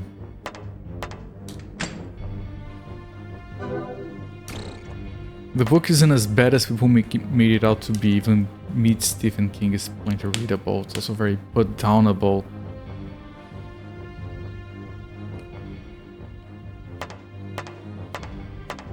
Man, I have trouble going back to a game if I put it down for too long, let alone a book.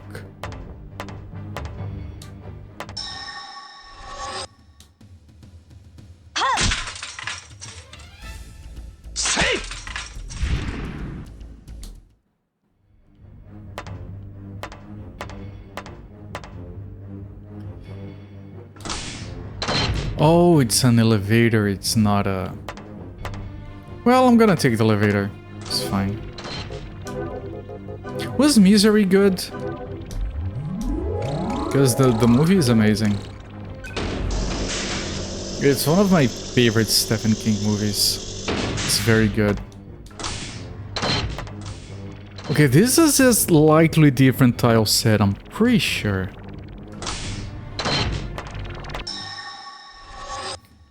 All new enemy model as new slowdown. Nice, I want to see the animations here.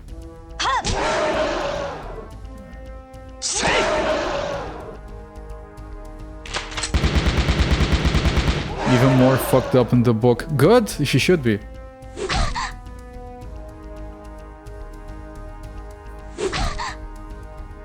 Those enemies have a very jacked design, I like it. Favorite audiobook author for road trips. Interesting. I've talked about audiobooks before, but never listened to one.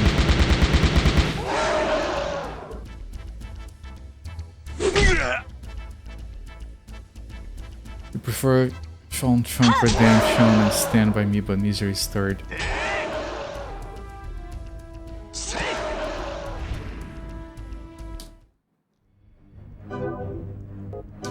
Yeah, for me it would be like Misery, then The Shining, probably. Is that too mainstream?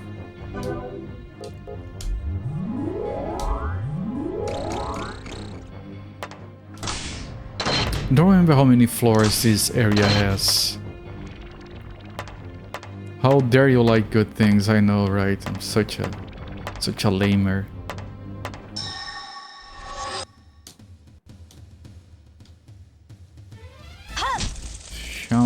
Shawshank Redemption was your favorite movie when you saw it. Probably like Misery more now, though. I think that's not an unfair assessment to make about Shawshank Redemption. I liked that movie, I have no wish to watch it again. Which is not what I would say about Misery, and much less about The Shining. Even though I like Misery more, I think I would prefer to watch The Shining again instead. Remo's amazing too, with all the other top ones we mentioned. Just rarely. Yeah, it's fine, they can't all be top one. Easiest rewatcher. Yeah, because there's a lot of different separate shit to enjoy on a watch. Like everything, the actors, their performances, the absolute terror on that woman's face as she goes through personal hell because the director is a dick to her. Which is horrible and I do not support, but unfortunately makes for good cinema. If you live in the US and had cable, late 90s, early 2000s, like accidentally saw Shawshank Redemption. Yeah, I've only watched it once. It's not a very popular movie down here. I mean, most people should know it, I guess. You think his non-supernatural ones are the best? He can work more on other things instead of explaining or delving into the supernatural parts. So in a way, gives his wings more space to flex. So yeah, I can see that being the case. Oh! It's a spider pig! Spider ox? It's a spider ox. Long Walk on the Stand are favorite books. Hearts in Atlantis, the book that hooked you on audiobooks. Oh no, Stephen King. You were in the US without cable and you're glad. Scathing commentary. Okay, this is gonna need spells because there's a bunch of enemies. Misery, the first King is King novel, has 0 supernatural elements. supposed to be a Bachman book. Most of which one has supernatural elements, so that's no surprise. Yeah, if you think about it, that's what makes Misery good, right? Especially if you're kind of expecting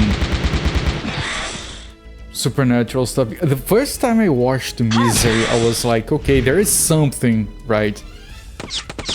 There's something else going on.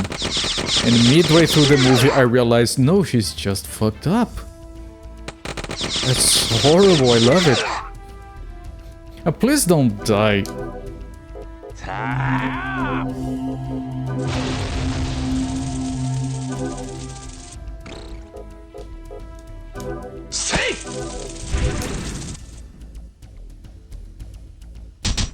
Cujo almost doesn't have supernatural elements.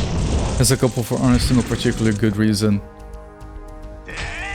He probably intended for it to have more. Ah, that's too close for comfort. Okay, we survived. No evil in the closets to explain it, and it's just fucking insane. She is.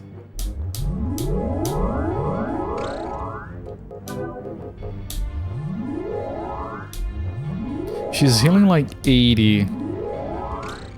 Yeah.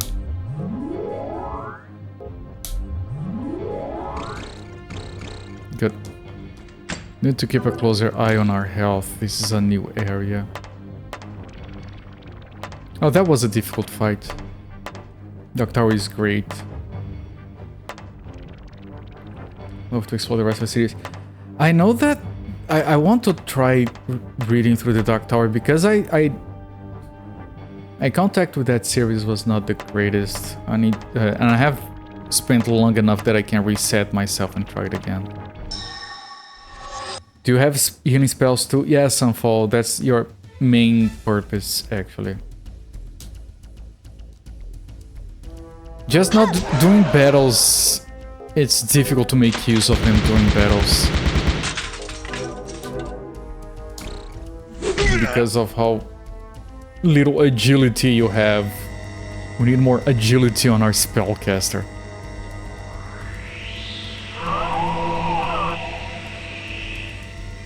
Less resistance. Most of her books connect in some way to the Dark Tower, which is cool. Like the gun, man. I think I've heard that being... Ow, ow, ow. One of them got paralyzed. It's very shaggy.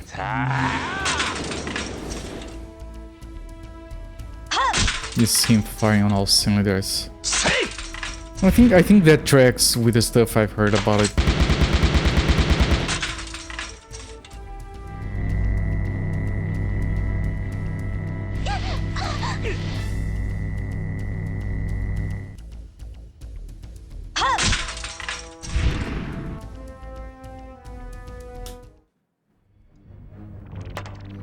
The other day I was thinking about...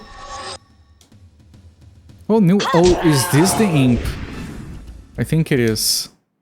It looks like an imp at least. The other day I was thinking about Laplace's demon. Does anyone think about that game? I think about that game sometimes.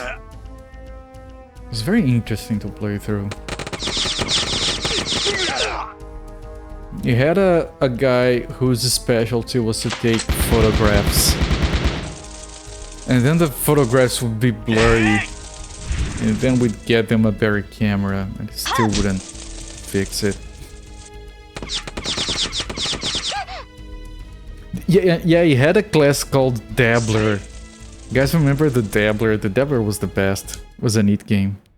Final boss was very good. And there's like a lot of build-up. And you kill Laplace, and then you know, okay, but that's not the end. There's still Laplace's demon, and the dungeon gets all jacked and twisted at the end.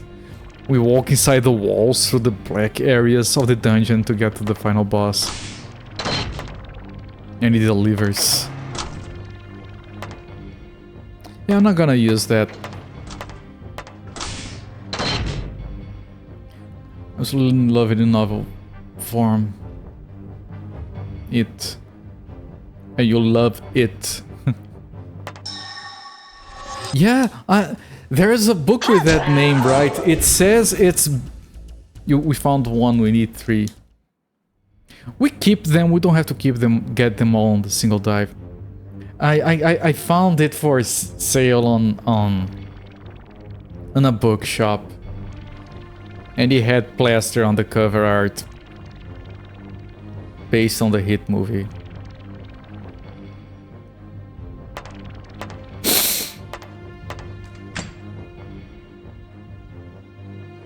Speaking of bullshit that I've seen at bookstores, it's very metal and very samey. Yeah, you have to be in that mindset of I'm gonna grind and it's going to be fun. Horror hits differently in movie form. It does. It can be very good, it can be very weak. It needs a steady hand from the director and everyone else. Oh, they can run away. Speaking of bullshit things that you can find at a bookstore.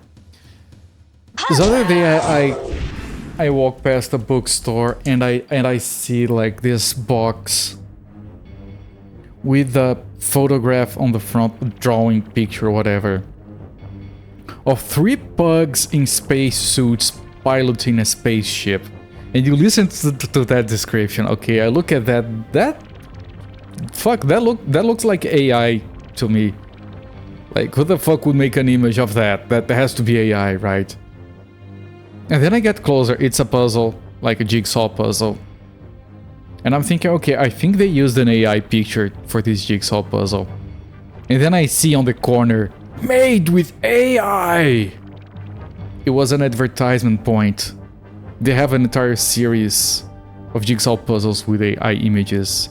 And they are like proudly presented as being made with AI. They're not trying to hide it, they're leaning on it.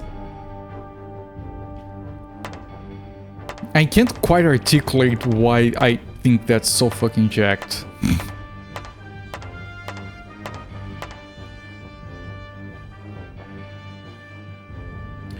Yeah, Sunfall, there is one scene in the recent version that to me kind of captures that. Which is that scene where he's dancing on the stage and the camera is kind of stabilized in a very disturbing way on him. To me that kind of captures that, like,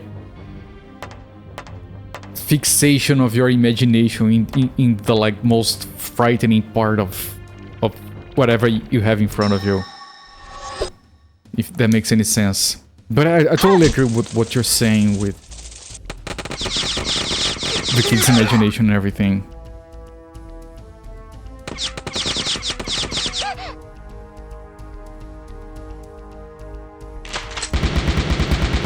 You left at Saw 3, haven't seen any of the other ones, you're kind of scared to go by herself, so you went with. Wow, it's the new thing, followed shortly after the backlash. But it's not new anymore. Freaking AI art.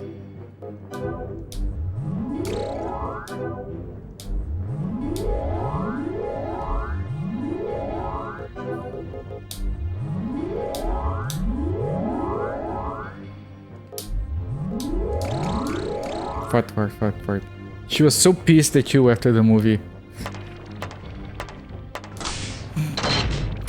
Why? Would she rather have you also be scared to just increase her stress?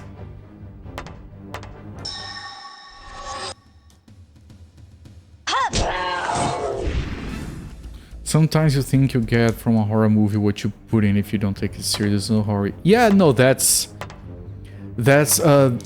kind of the same concept behind the suspension of disbelief. Or like watching a comedy movie or a stand-up show. Like if you go in not wanting to laugh, it's going to be shit. You need to go in wanting to laugh, just like you have to go into a horror movie in the right mindset to be scared.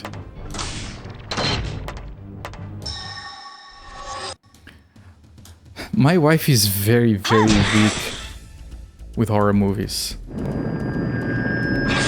Very weak. But she's kind of intrigued by them. So this one time she wanted to watch a movie, like, I have no idea what those movies are. It was something about a killer nun, I think. I don't know. And it was the sequel and she hadn't seen the previous one, whatever. And she says she wants to watch it, I get it downloaded legally. And I set it up for her, we sit down to watch it. Opening scene. Overbearing theme song. Creepy sound effects. No, I don't want to watch this anymore. No, I'm gone. Turn it off. And she leaves, nothing happens. It's just a foreboding atmosphere and she's like, nope. I give up. I regret everything. Probably The Nun. I don't know. Can I remember the name? Because it wasn't The Nun in Portuguese.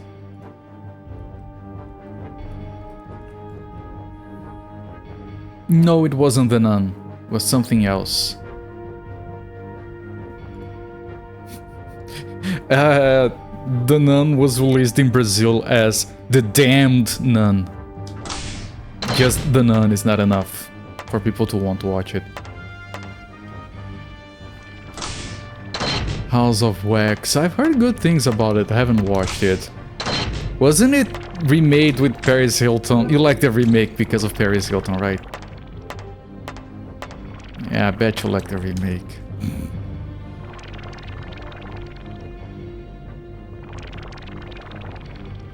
The Host. I think the last time we watched a horror movie was It. That was it. See what I did there. And we didn't watch the second one. There was a second one, right? That's how much I know about this stuff.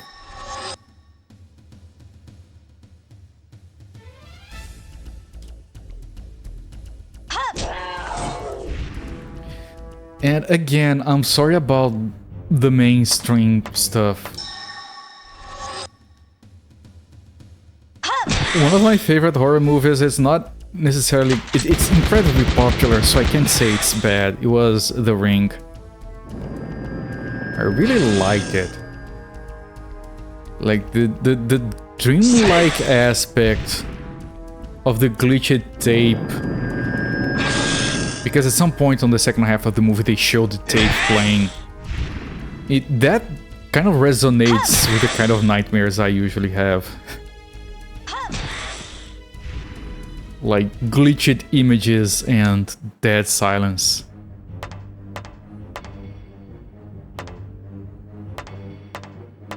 I didn't care about the girl and like her coming out of the TV. That was whatever. But most of the other stuff in the movie was interesting. The sense of impending doom, all of that.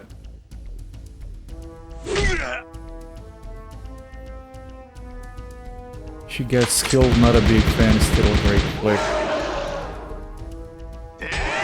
She gets killed, okay. That's good.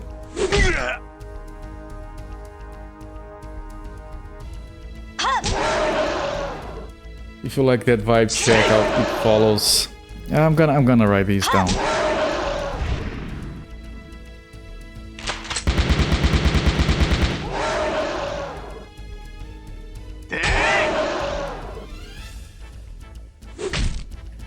Thank you for the recommendations. I'm actually gonna write it down, otherwise I'm gonna forget.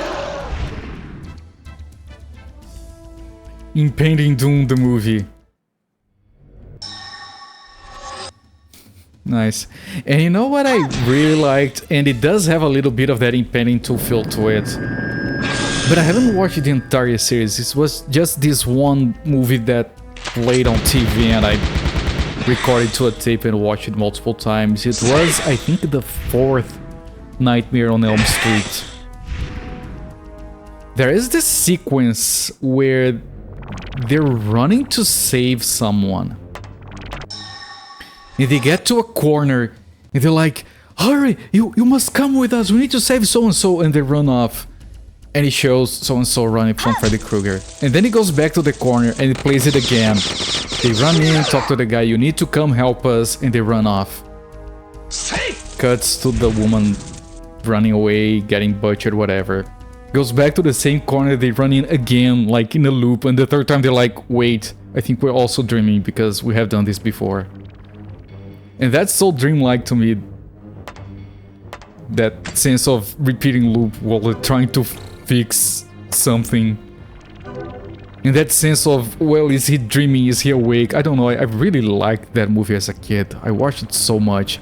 The two horror movies I watched the most as a kid was that and The Stuff. I freaking love The Stuff. I watched it again as an older man like a couple of years back. And it's better than I remembered. Can't get enough of this stuff. All the ads and all the distorted shit and like it's so good. It's such a it's I shouldn't say it's fun. It's a guilty pleasure. It's very good if you're in the right mindset.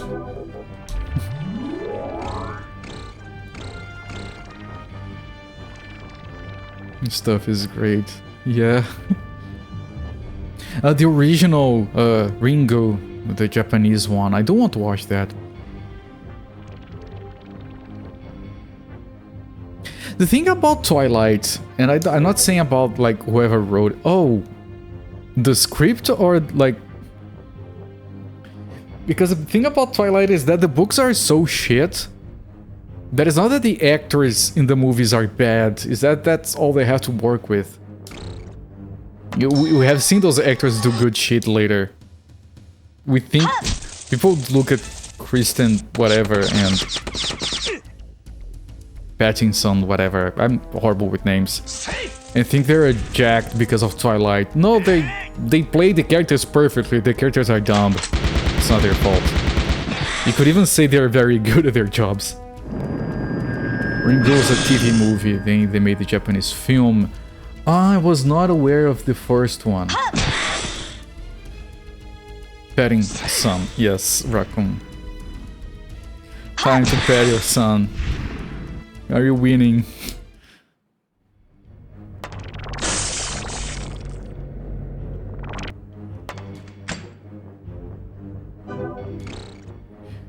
You guys ever watch Zé do Caixão, which was released in the West? In the West? It is a Western movie. It was released in the US as Coffin Joe. Has a bunch of movies to his name. Wait, I want to go in here. This is the elevator. You guys watched any Coffin Joe movies? He's kind of a Brazilian legend. At midnight, I'll resurrect inside your corpse.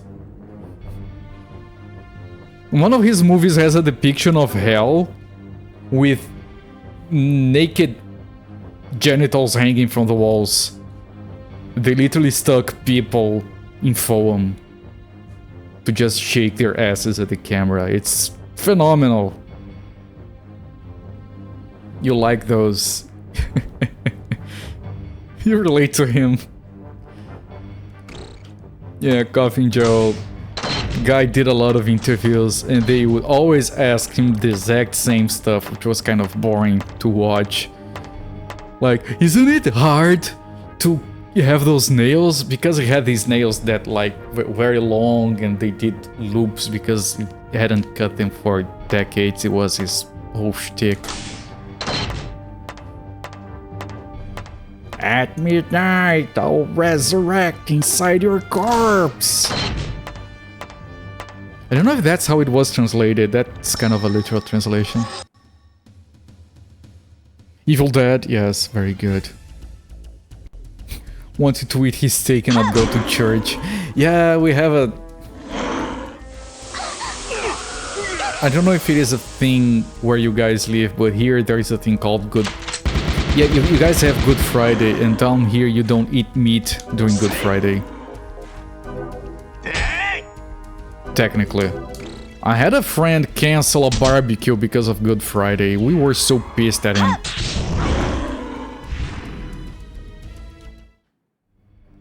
They got a bit goofier. Yes, and that's good! You don't watch a Coffin Joe movie expecting seriousness. No one does. Not here, certainly not.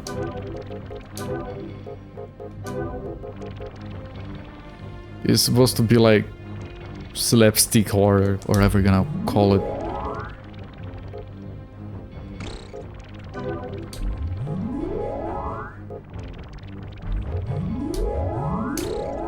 Evil Dead 2 is a great roller coaster, crowd pleasing thrill ride. And those are fine from time to time. As long as you're not expecting Awakening Helm. Oh, that's a fancy name.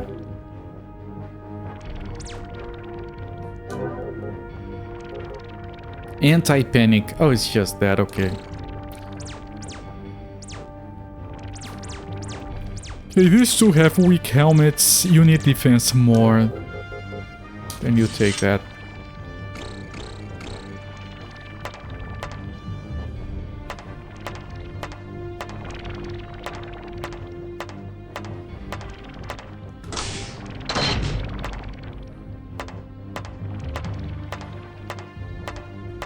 But those old slasher movies, like Halloween and Friday the 13th, my favorite one of those is still Nightmare on Elm Street.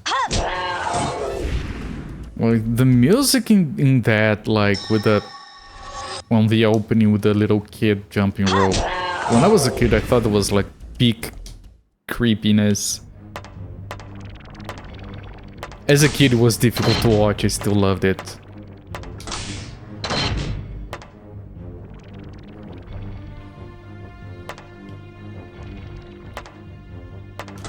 There is a chest there. Okay, there is... This is either boss room or elevator.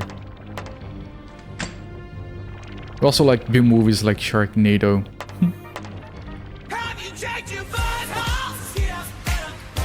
I'm comfortable here. Hang on.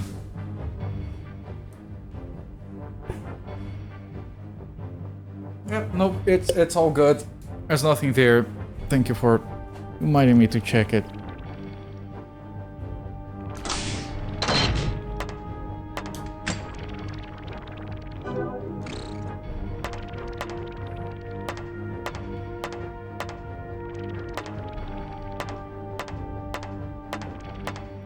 Reanimator is secretly amazing to watch.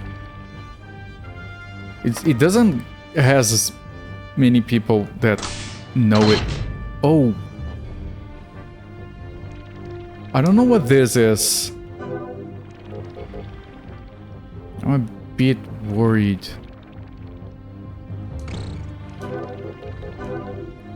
It's not the boss. Boss rooms have a very particular look to them. But this might take the items. How many do I have? I have 5. Okay. We can try that. Can we do the boss? The enemies here were very easy.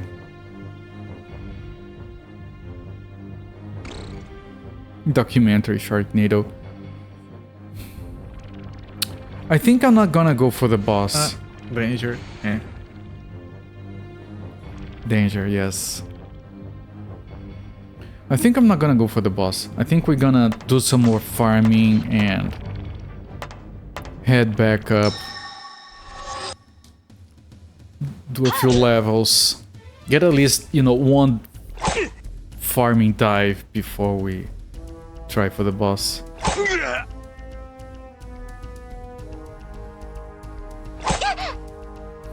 A grudge of murdered people.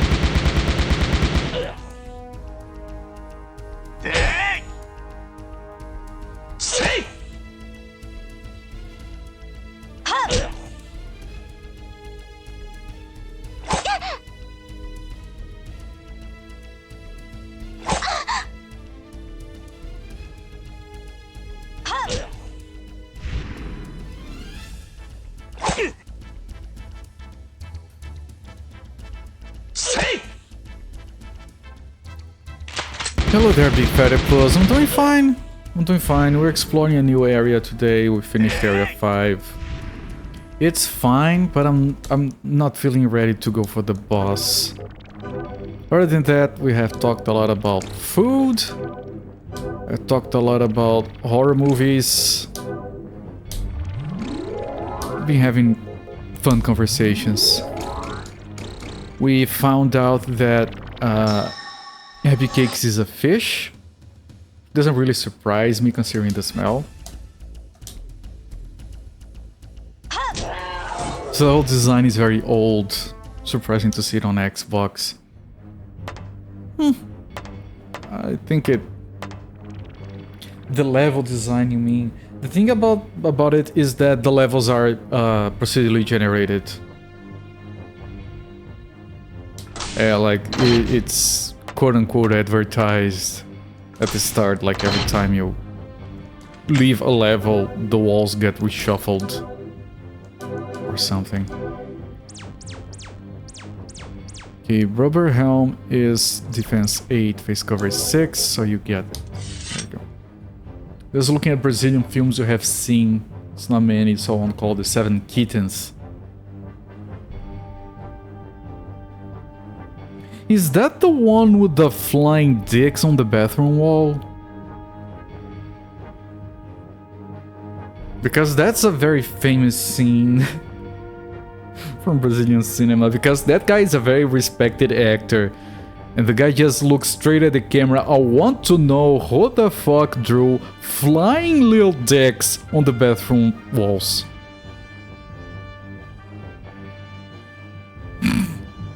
Yeah, that tracks. That era of Brazilian cinema is just 90% of it is porn comedies. There is this one about a kid that has a problem every time. He is so well endowed that every time he gets excited, he rips his pants off by accident. And the women just provoke him on purpose to get that to happen. I'm not kidding. That's a classic for the 70s. I watched it on TV. I don't know if the version was cut for TV. There was nothing explicit in it. That's comedy. Yeah, because the guy's like, the woman taking her clothes off, and he's like, sound of something ripping. And he looks down, oh no! All surprised.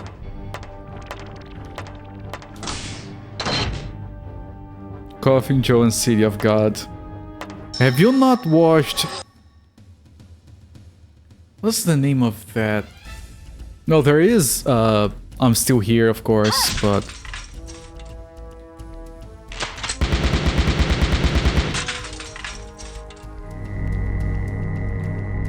Let me see what the name of it is in English.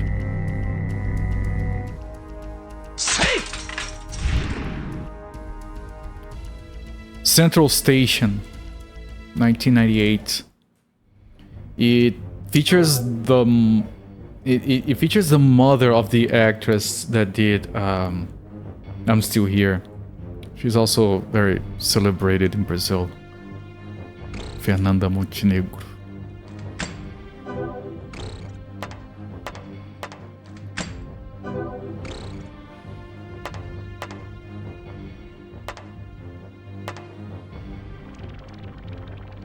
Call Me By Your Name.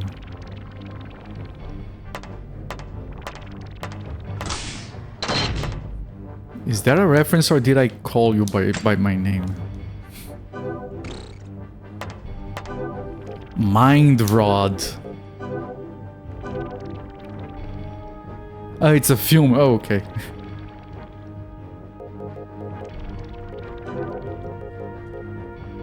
Okay, that increases resistance and strength, although he doesn't attack ever.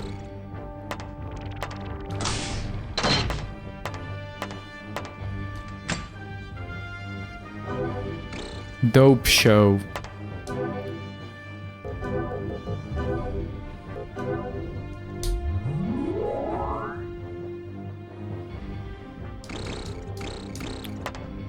I can't buy a depoison spell, I have to find it.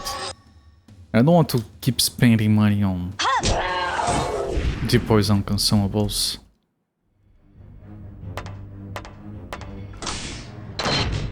Have you, because you've mentioned City of God, have you watched Elite Squad?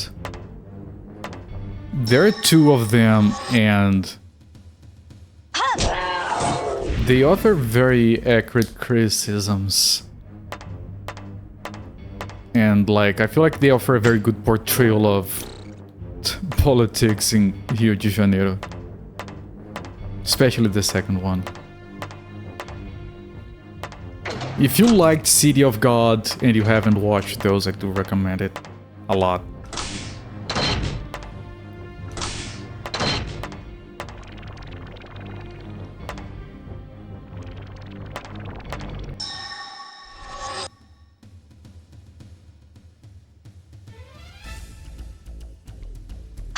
Just keep in mind that it flies over a lot of people's heads. It shouldn't, but people are weird. That the first movie is criticizing the police. It's not supposed to be a homage to the police, it's supposed to be criticism. It's obvious that it is criticism, but people here watch it, yeah! Kill the bad guys! Or something. The what brothers? Did I say brothers? So like Starship Troopers? Yeah, kind of in a way, yes. The name of the movie is the movie is called Elite Squad, and there is an Elite Squad 2. Early 2000s, I think. Yeah, pretty much Starship Troopers, because it shows basically a bit of fascism brewing inside the police. And some people watching and thinking, yeah, that's what I want.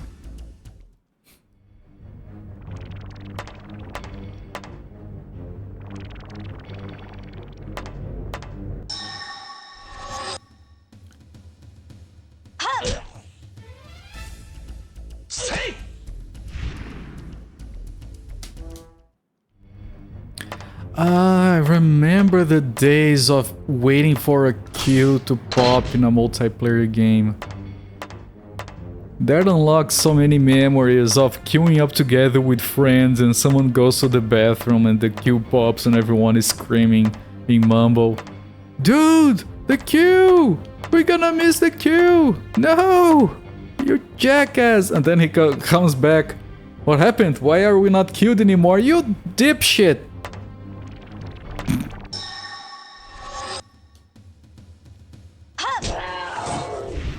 I remember those days fondly. I don't miss them, but I do remember them fondly. Because of the friends, of course. Battle Edge, that's a new one. That has to be an upgrade. That is an upgrade. This is 40. This is plus 42. This is plus 54. Good. I get. Don't remember anything about City of God, but you give it an 8 out of 10. All I remember about City... I remember 2 things about City of God. Dadinho ao caralho, meu nome é Zé Pequeno, porra! Which is a quote from the movie that is very good and quotable and memeable. And the other thing I remember is the lady that wanted to... use a banana during sex, and her friend recommended she heat it in the microwave a little bit first. There's another thing I remember about that movie. Why did I say about your mama? He's not actually talking about anyone's mama. Basically, someone calls him by his childhood nickname. And he says, fuck you with that name, my name now is this. Which is when he turns criminal, whatever. Always happened to you, it was you. Your bathroom breaks were too long. There is this tea I really like. I made the mistake of having it. Hibiscus tea. Before the stream. That thing goes through you and takes everything with you to the bladder.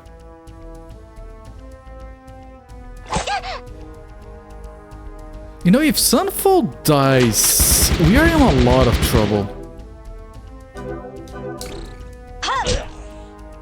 Because that Sunfall is our ticket out of here. Super Troopers, you think is a better reference? Yeah, probably yes. Many more people know it.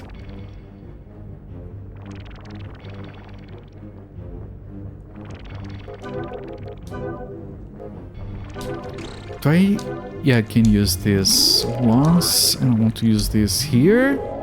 Such a powerful spell nowadays, with all the skill points in it. Which means I need to put more defense spell points on Sakura to get her healing too. We do have deep poise. What am I doing? I forgot. I forgot you.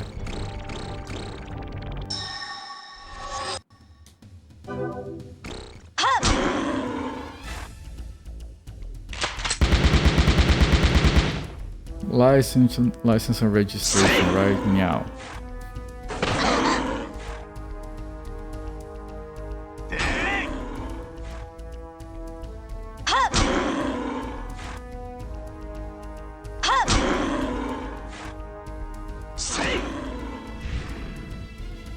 Remember in the Blues Brothers when he asks for license and registration, goes back to his police car.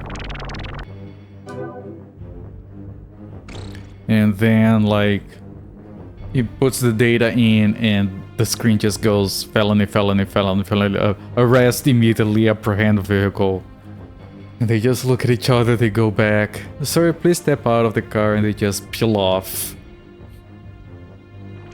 And then they got the chase scene inside the shopping mall. I have to rewatch the movie again. I've only watched it like 20 times. It's not nearly enough.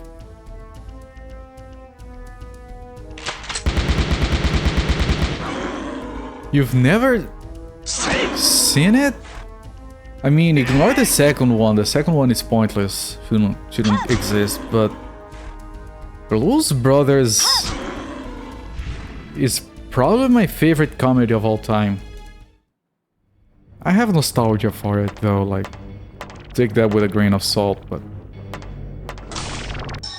doesn't even have Leslie Nielsen in it, and it's my favorite. Yeah, the second one is dumb. One, like, John Belushi was already dead, and they put a bunch of big names in it thinking this will carry the movie. There is one good part in it, and then the second half is just dumb. But the first one, it has Ray Charles. It has Aretha Franklin. It has John Candy. It's too good.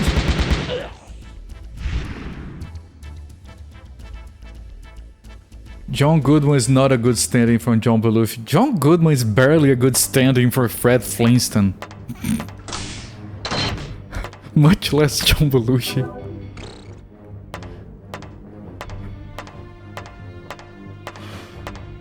That's probably his best performance. Yeah, we try not to talk about the second one. I mean, you can tell it's a shit movie because it's not even called Blues Brothers 2. It's called Blues Brothers 2000. You don't put 2000 in the name of a movie unless you expect it to be shit. Like that's kind of like a warning label.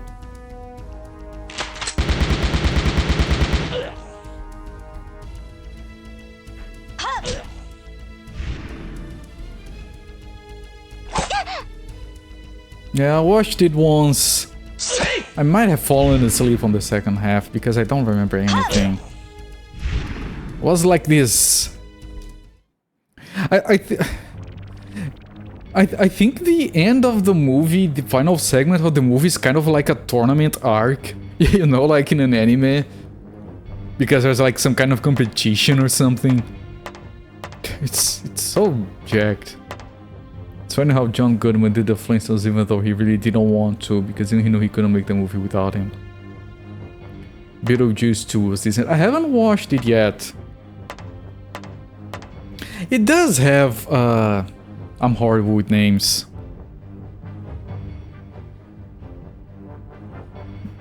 The Batman dude. You can't have a bad movie with him. I mean, if you try hard enough. Wait, this is the boss room. Wait, what was that other one? It's a homage to the first. Yeah. And the first movie is very good. It's not the easiest to watch for someone who doesn't know it.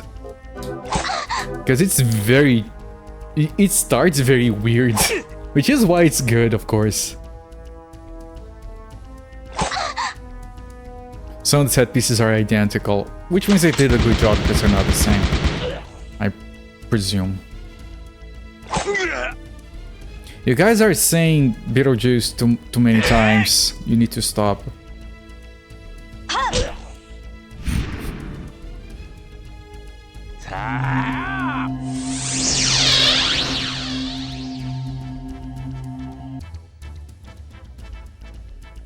I have to watch it again.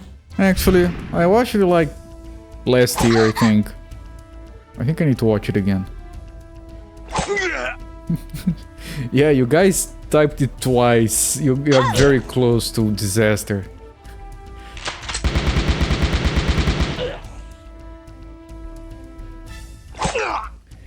I want to make a bot that connects to a truckload of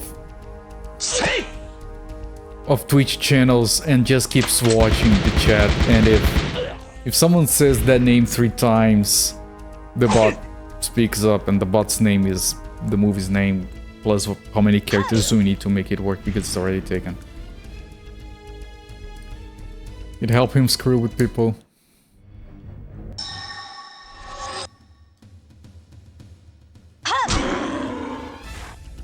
I think we have seen everyone. We can't turn off the animations.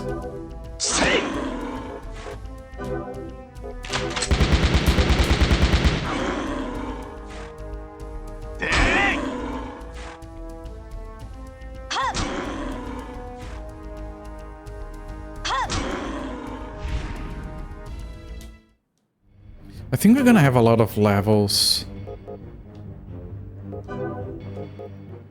to get here. I'm not a big fan of the sustain. Well, we still have a bunch.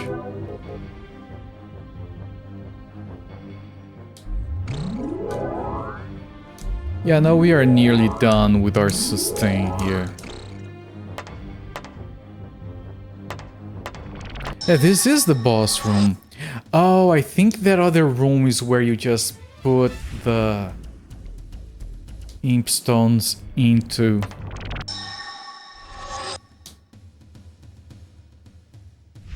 Yeah, I don't know. I don't want to test it because I can't test it without using the items. Although we have enough for 2 runs. Yeah, maybe I can't test it. Paralyze.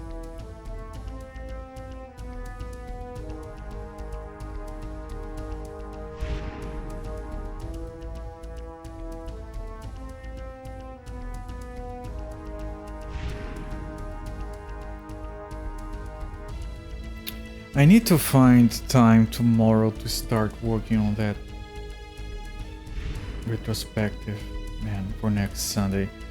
It's a lot of work. I can't keep postponing it, otherwise I'll never get it done. I'm fixing something here while these battles take place.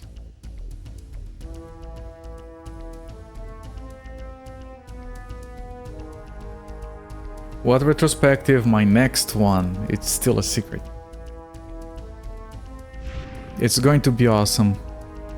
If I may say so myself. That's a bit pretentious. I apologize.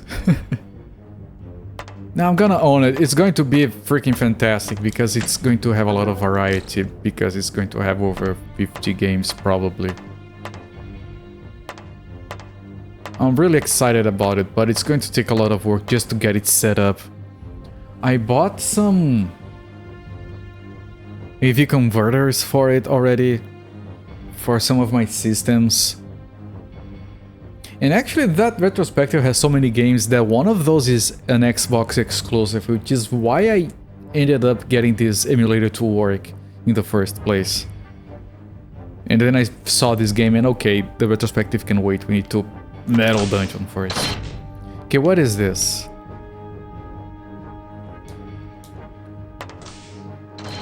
I can't use it.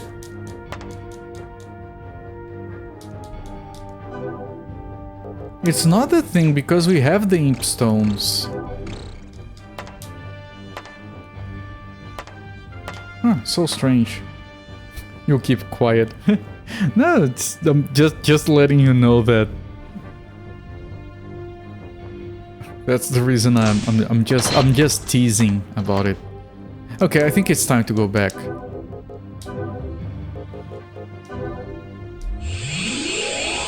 One very odd movie you watched not long ago was Escanaba in the Moonlight. Very Canadian. Retro perspective, you have no idea what I'm talking about. I mean, for those of you who have never been here doing those, retrospective is when I get a theme, a series or something, and I play through every game that fits it. I did one... They're all on my About page on Twitch. I did one with every game made on the Wolf 3D engine. And as bonus games, I had the Catacomb games in it. I did one with every Alex Kidd game, every Joe and Mac game, and every Bonk game. Now, those are very interesting because you get to play games that you wouldn't give the time of the day otherwise. And they always start with like, okay, I kind of want to play this one game that looks interesting. And well, might as well play everything. Too much info, supposed to... I'm gonna be playing games. Okay, I want to put away this. And this. Okay, have a lot of shit to sell and not enough money to... Not enough places to spend our money on. Unless, did we get anything new? Because... we got a new level. No, the shop doesn't refresh ever. That's a shame. Because we have a lot of cash. I would love to buy some. I'm gonna keep this for the boss. I'm not gonna keep this for the boss. I'm gonna keep this for the boss. I'm gonna keep the, no, these ones. The dopes you can use before the boss. These have to be used during the boss fight, so they're pointless. We don't need the deep poisons anymore because we have the spell. Freeze, silence, weakness, paralyze, panic charm. This is an alecock. Do you guys want an alecock? It's not what you're thinking. It's a drunk rooster.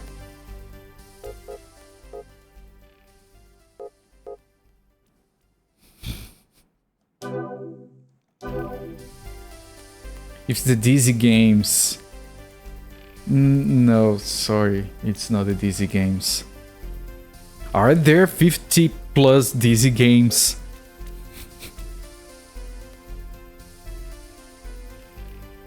Giving to get around to watching Turistas. I think it was controversial. Don't remember that one. If you played every port. Does it literally have over 50 ports? I don't actually know. I don't know if I should be surprised. I should be, because I'm not saying Dizzy is bad. But like Lemmings, please don't hate me, it's not that good to get that many ports. I know it sold a lot, like Lemmings, I mean.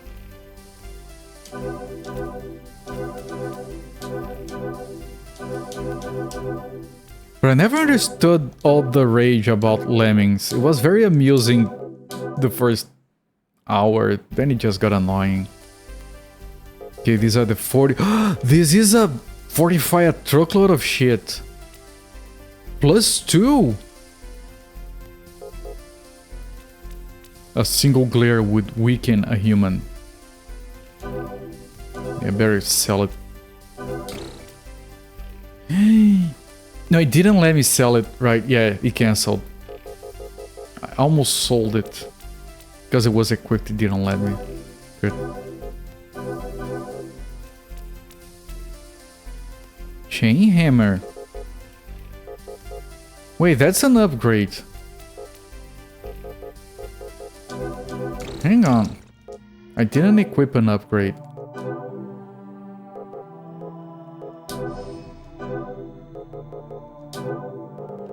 Yep, it is an upgrade. Solve the pole hammer instead. I'm glad I was paying attention. I know it doesn't look like it, but I am paying attention. Okay, where is the old hammer?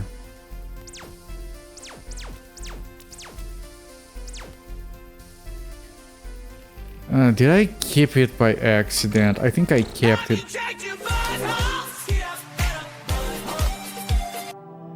For the hammer? Are you? No, it's not there. No, it's probably kept, that's why I couldn't find it.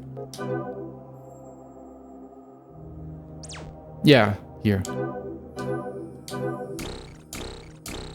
Doesn't chop. Just wanted to hear it. That is his best song. Skid up, bottle.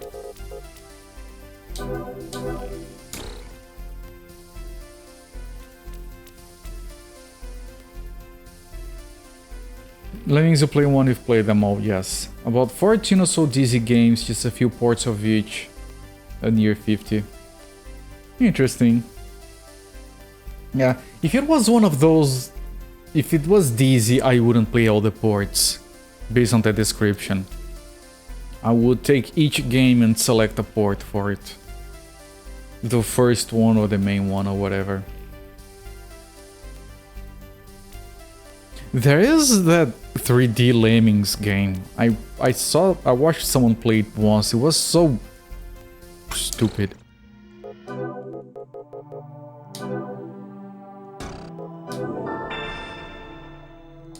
TC, never mind. I don't know if you're talking about video cards or musical notes. We'll have to try again. Okay, that thing was blow. Blow is tiger thing. Yeah, blow, agility and defense. ST 45 because it's for striker. Reasonable. +2, by the way, that's phenomenal. And then Sunfall, attach a DSP. The has 12 function points. This one has 14. Okay, we can do some leveling. You bought that back in the day, it was impossible to understand. It looked very confusing. Okay, targeting. I think I increase every... Thank you. I think I think we increase everyone's physical to 16.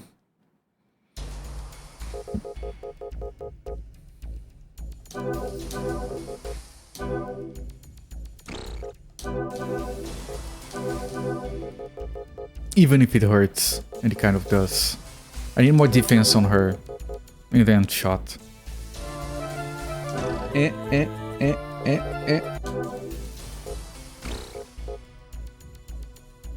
Yeah, we have redemptions here.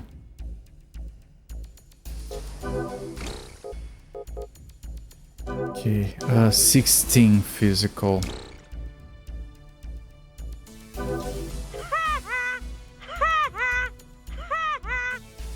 I'm glad you're amused. Hello, I'm Bill Gates, chairman of Microsoft. In this video, you're going to see the future. Am I? He has seen the future, and it's not real. Yeah, there you have it. There were two ships. One was painted red, and the other This blue. one is horrible. They collided.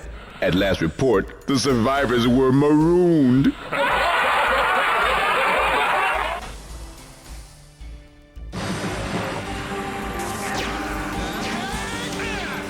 He has seen the future, and it's not real. What else? Thank you. At least now, thank you for testing it, because I was afraid they were gonna overlap. These were marooned drummers. I love those jokes. My favorite one is, what do you call someone who hangs around musicians? A drummer. That one is just... Do I put just 1 point? No, frontliners need more. 17 for them.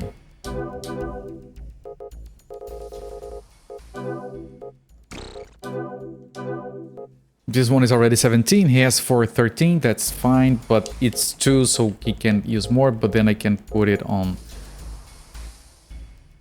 these ones.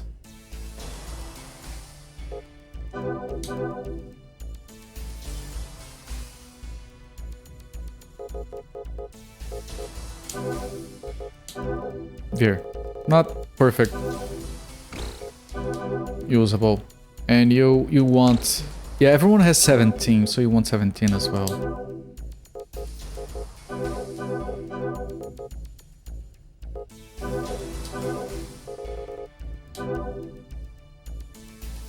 This one also the joke, thank you. What do you call someone who comes through your letterbox? Not a postman, you mean Bill. There is a Brazilian joke that is very dumb, but it relies on wordplay. But then I realized that I can use the English name of the thing and just adjust the joke, and it kind of works. What do you call a fish who stubs their toe? It's called a tuna. Eh? Eh? Does that work? I'm glad it works. In Brazil, instead of being called a tuna, for some reason it's called atum. So the joke is what you call a fish who falls from the 3rd floor. It's called atum. I think it's a bit better, but you know, I have to work with the language that my audience uses. Okay, that's all the upgrading we can do. And I'm gonna try to go for the boss. I'll try to skip fights. I'm gonna turn off the animations. I don't think I did. And thank you for the bits, Big Friday Plus. Yeah, that's me getting tips for my stand-up comedy work. Fascinating. I never thought I would do that. Yes, system off. Okay, it's already off.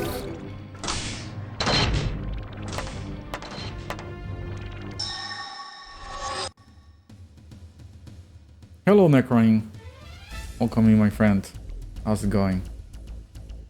Conquer is done. Conquer is never done. I'm glad you don't have to play it anymore, but is it truly done?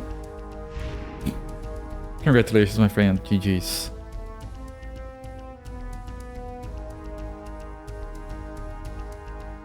What do you call the last surviving fish? It's something to do with King of the Hill. The sole survivor. Oh, okay. I guess. Two fish in a fish tank, one fish says to the other, how do you drive this thing? That's cute. That one is cute. We had Happy Cakes locked in a... Was it Happy Cakes? We had someone locked in a battle tank yesterday and someone farted inside. Yeah, you probably have to say tank and have the... And the funny part is that the person fills in the blanks wrong.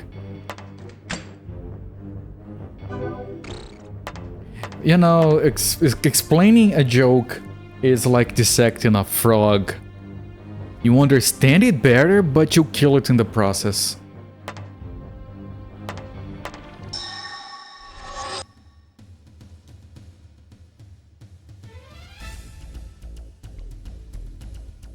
If you hadn't missed, we could avoid taking this damage. She's an aspiring fish.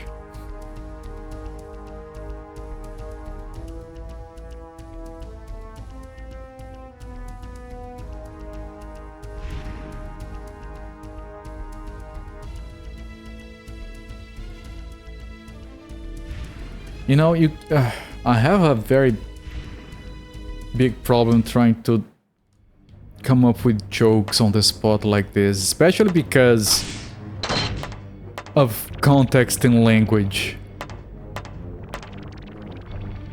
The thing is right here. I want to get the other door. Ah, shit, that thing's in the way. Because I have to think of a joke, then make sure that all the references make sense outside of my country. And then I have to translate it, and not killing it in the process is not easy. I can't rely on jokes that use stereotypes coming to my region. Also, they would be offensive anyway. They're fine here, they would be offensive elsewhere.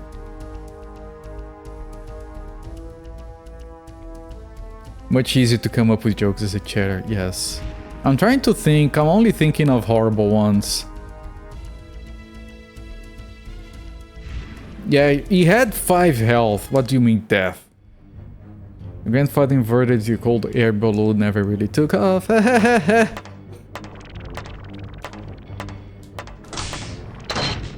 was this old thing we did as a kid when someone would tell a really bad joke and we would go like, pick a finger.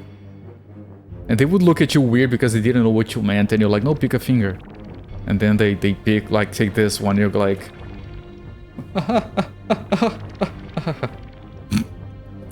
You guys have that? What's stick and brown? Stick. You hate sitting in traffic, always carry over. See, that one is cute. People getting run over, so cute. I like that. A stick, yes. I know that one. When you were young, you had a slow jerk to show lack of amusement. You guys are weird. Did you have the middle finger crane? Where you go like... No? That was very popular in my school.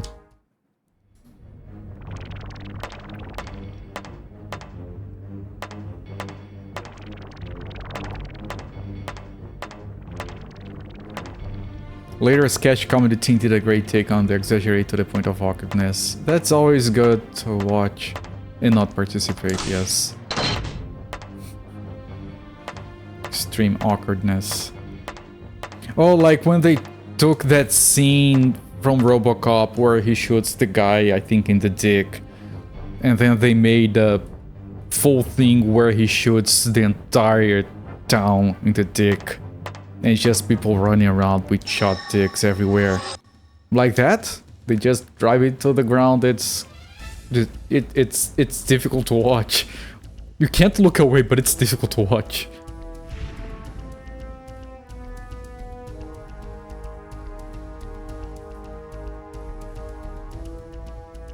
Let me see if did you guys back in school, this was done multiple times in my school. Did you guys ever get like an eraser?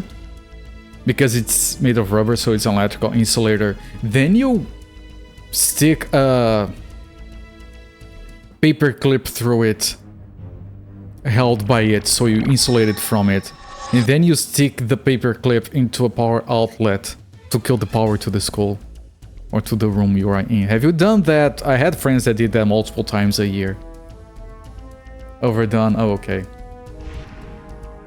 You lived in a flat with 3 girls until they found out. You know what I did once, and this was already in college. And I kind of regret doing that. There was a teacher that was doing like presentation for the class on the computer with a projector. This was early 2000s because I'm very old. And the teacher was using Windows 98, I think. And I'm like, I know what to do with this.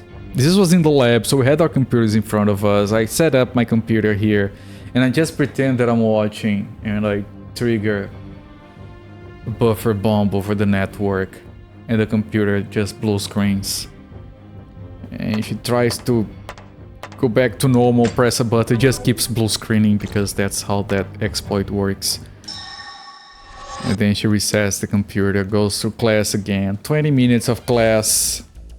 I send another buffer bomb, blue screens again. She spends another 5 minutes trying to fix it. I was kind of a dick. I apologize. If you were my teacher, I'm sorry. It wasn't against you or anything, I was bored.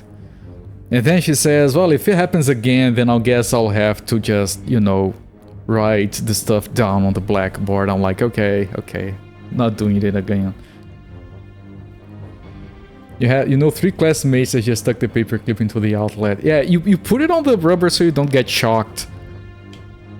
Like, there's a method to the madness. And I had a friend that just brought a lighter to class, and he kept... This is what we did for fun in class before phones, okay? He kept turning on the lighter, just triggering the thing multiple times. And then, of course, it was piping hot, and he just... on the guy's elbow. And of course, the dude screamed in the middle of class. And then he had to explain himself without turning his friend in, like, I can't tell the guy's playing with a lighter. Because on the previous day, they literally lit up a piece of paper on fire and threw under someone's chair in the middle of class. Thank you.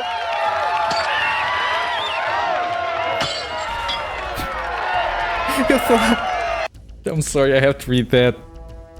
Liverbest Gibbs, thank you so much for the raid, my friend. Welcome in everyone from Liverbest Gibbs channel.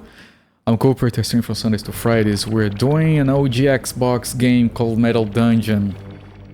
We are on area 6 of 10. I'm trying to get to the boss and give it a shot. Welcome in everyone, thank you once again for the raid. What were you playing? Heroes of Might and Magic 2, nice.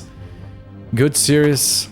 I've only played one of the games on that series, I think it was the first one. Yeah, but let me read this from Big Fatty Plus. Quote, when I was a kid, I stuck a key in a light socket twice because I thought it was a keyhole to a hidden door. End quote. That's amazing. Was it? Did you... I mean, technically, if you tried it enough times, it's technically a hidden door to heaven. Maybe you just didn't try enough. You were a dumbass kid. Iron Man rules. Oh, that's fun. I've never done Iron Man, but I like watching people doing Iron Man.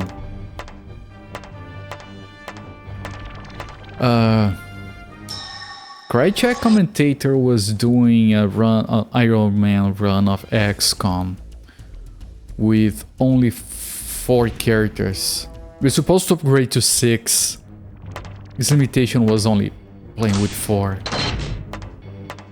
And he actually beat it. The man, the legend. It took hundreds of hours.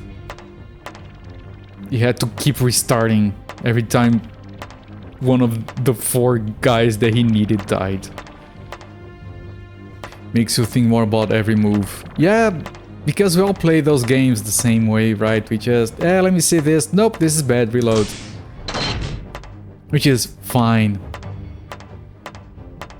But you are kind of cheating yourself on some of the enjoyment you can get out of it.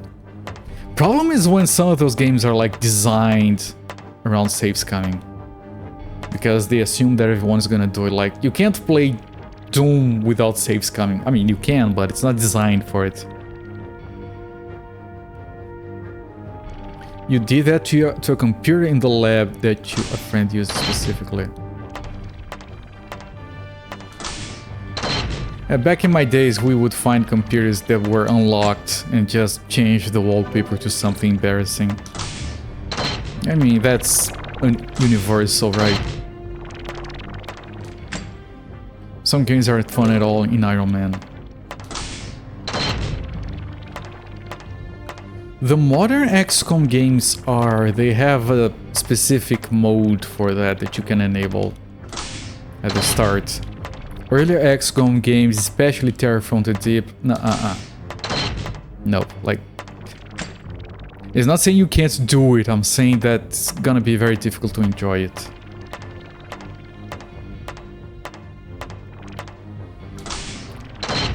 A lot of people like cats.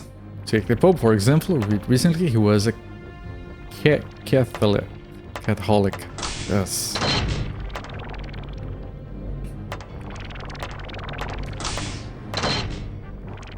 Okay, this is the elevator. Let's go. Alright. Now we just need to find the boss room. Wallpapers change to the desktop without their icons. Right, I've seen that done before. Take a screenshot, set that as the wallpaper, hide all the icons elsewhere. I had one that for their birthday they taped a printout of their face under their mouse, so the mouse didn't work. And then when they turned around, it's a very amusing prank. The right reaction to the punchline. I aim to please. Okay, this is that weird room, I think. No, this is this. Okay, well, never mind.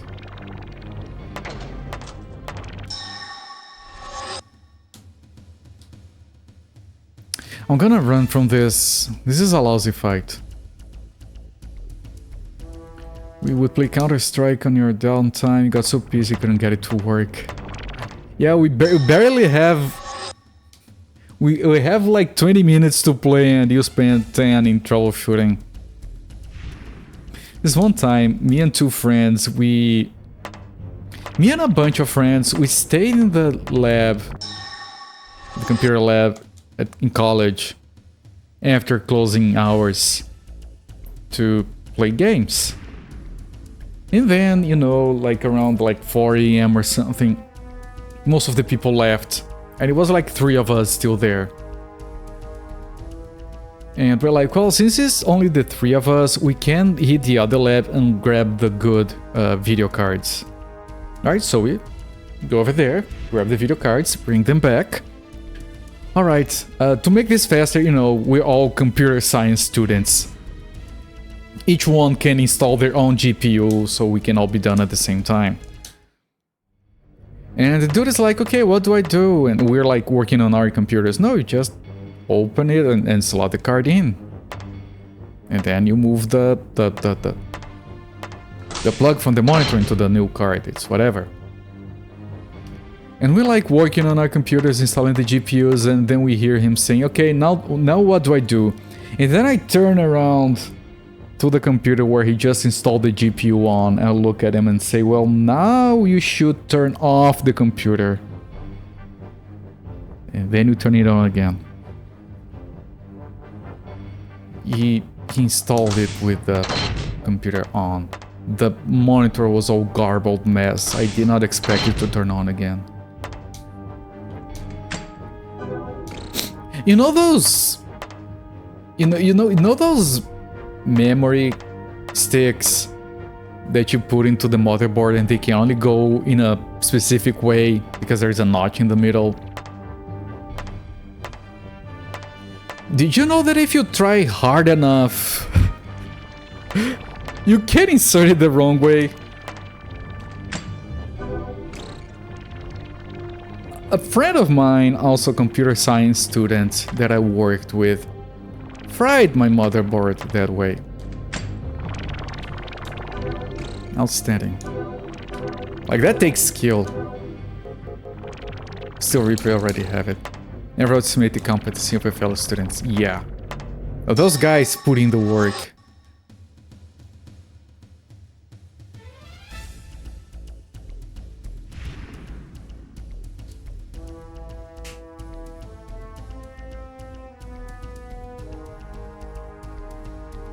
This one time, because when we started doing, okay, let's play video games at the lab, when we started it, it was like, okay, wait until closing time, wait until everyone has left and they've closed the building and we are alone. And it's fine, doesn't harm anyone, it's just harmless fun. And then we would be there, play those, clean up afterwards, leave in the morning when the build got open. It was fine. And, you know, I would help organize those for like my first 1 or 2 years in there. And then, you know, I started working and I didn't organize those anymore. And other people continued to organize those, but they started to get dumb. And they started to do it before closing hours. And I'm like, this is not a good idea. But I wasn't participating anymore. These were like the new students, the freshmen, whatever you guys call them. So, okay, you know what? Not my problem. One day, and I'm told this story secondhand, one day they're in the lab, like 12 guys playing Counter-Strike, screaming, you know, usual loud people playing video games, screaming, shooting at each other. There's like one of the faculty members, one of the important ones, comes to the lab to show the lab to this teacher from another college or director from another college, I don't know. And he goes in there and the people are screaming in there playing video games. And they didn't even look at the door. They didn't care. They kept screaming. Dude just like closed the door and moved on. You know when your mother would be like, when we get home, we're gonna have a talk. That was what he did. He just closed the door and moved on. I hear Rain in Hellfire rained afterwards. I'm glad I had nothing to do with that. One of your first college classes you signed up was for Computer 101. You were thinking this was about coding. Nope. Turn on your PC, learn the Microsoft programs. I once was teaching people Computer 101. And I said, move your mouse up. And I saw a student do this. And I spent 50 minutes. And it's probably my fault. Okay, maybe I probably didn't do a good job. I spent 50 minutes trying to explain copy and paste. And I don't think I don't think everyone understood.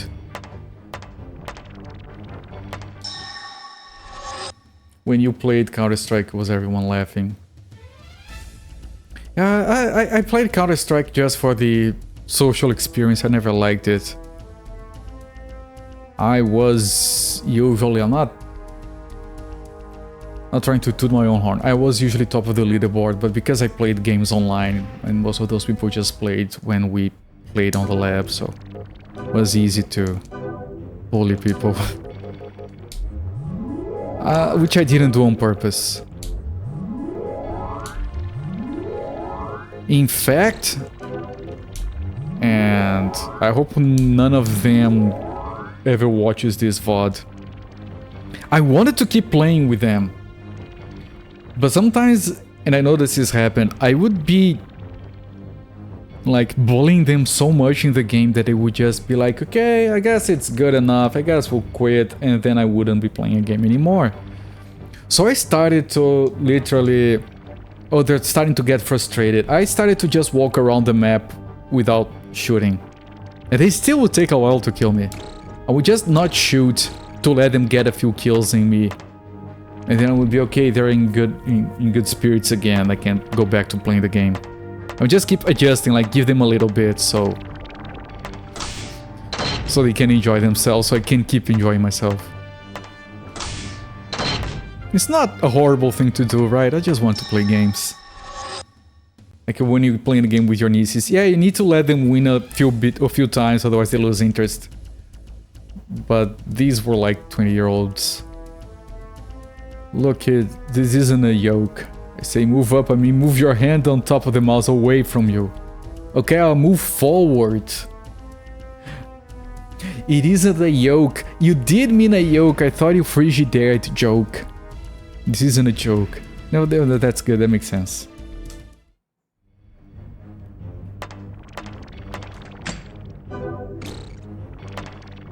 I thought you meant joke. I was gonna call out Frigidaire on you. This is already area 3, I just want to find the boss. Because we might lose our progress on the boss. I would like to not spend too much time here before we figure that out.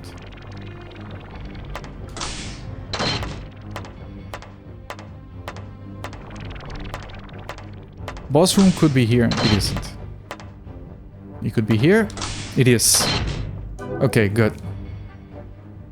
I mean, that's fair. Yeah. it's so fair.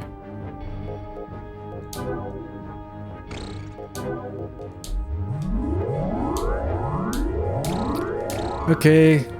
Wish me luck. Let me give a dope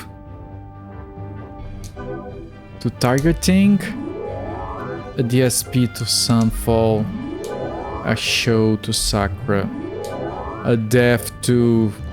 Sunfall has the least amount of health. And let's activate the animations. I remembered chat. Gonna get an epic fight, finally. Previous boss was a very good model. What is this going to be? Oh, it's multiple Dreadlords.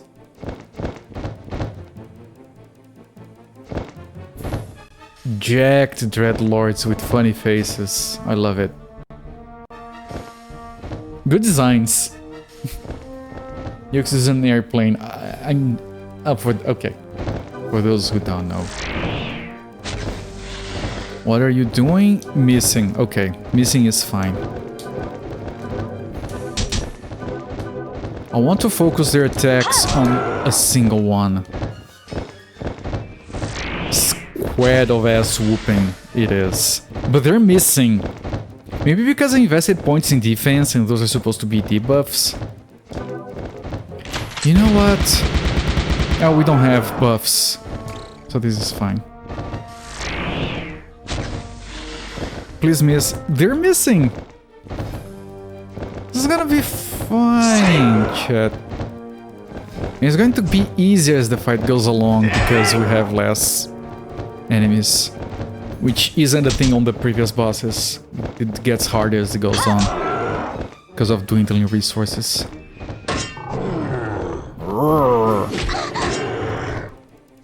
Weak.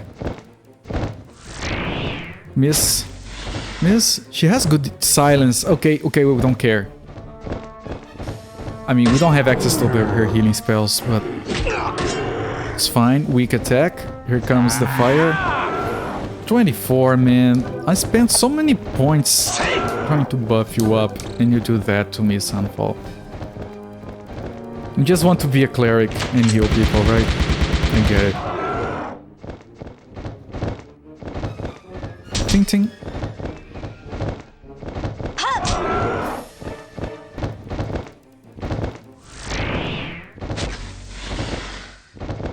And now she's paralyzed.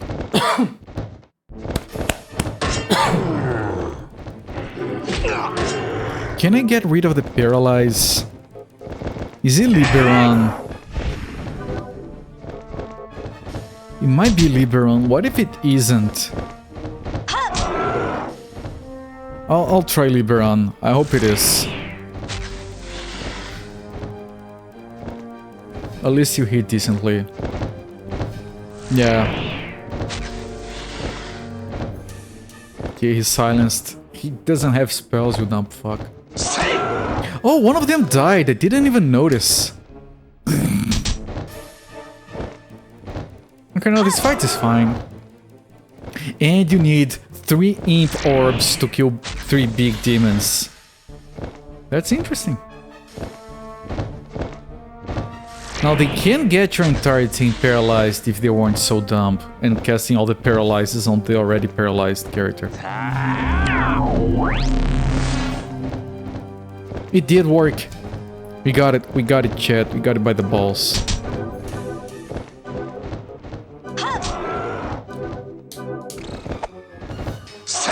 I can remove her silence as well, but that's not necessary. Tiger is always MVP.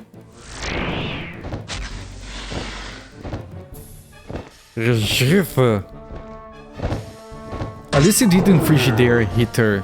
That could have been a problem.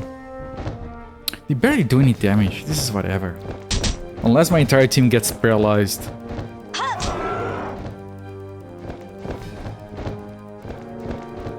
Still double Frigidaire.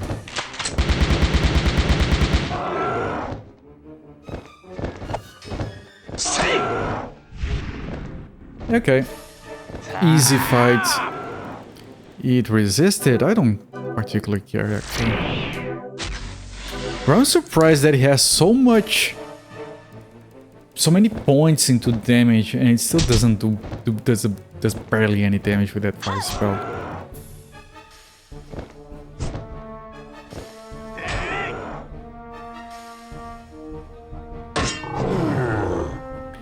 It's still the... Got it. I didn't understand why you said it was a double.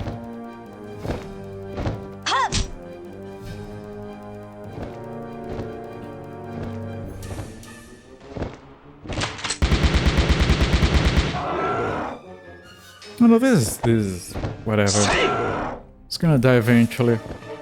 I'm not even gonna cast another spell. I don't think he'd get another turn before the boss dies. Oh, he's doing something on everyone. Loud. Lower defenses. You know what? I'm gonna put a healing on this guy. Just in case.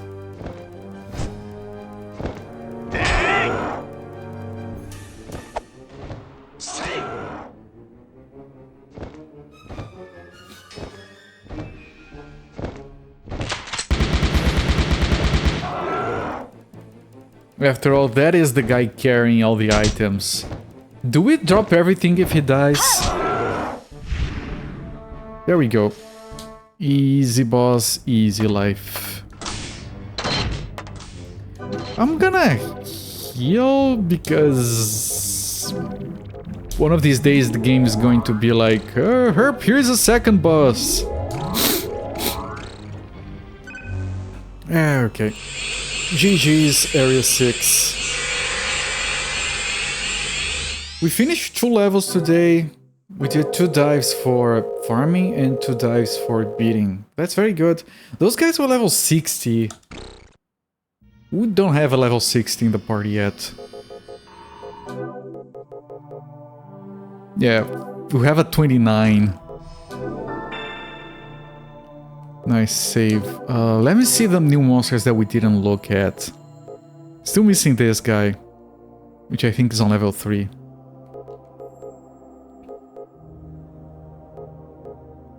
Okay, we have the Basilisk, lizard-shaped weaponic monster with 8 legs.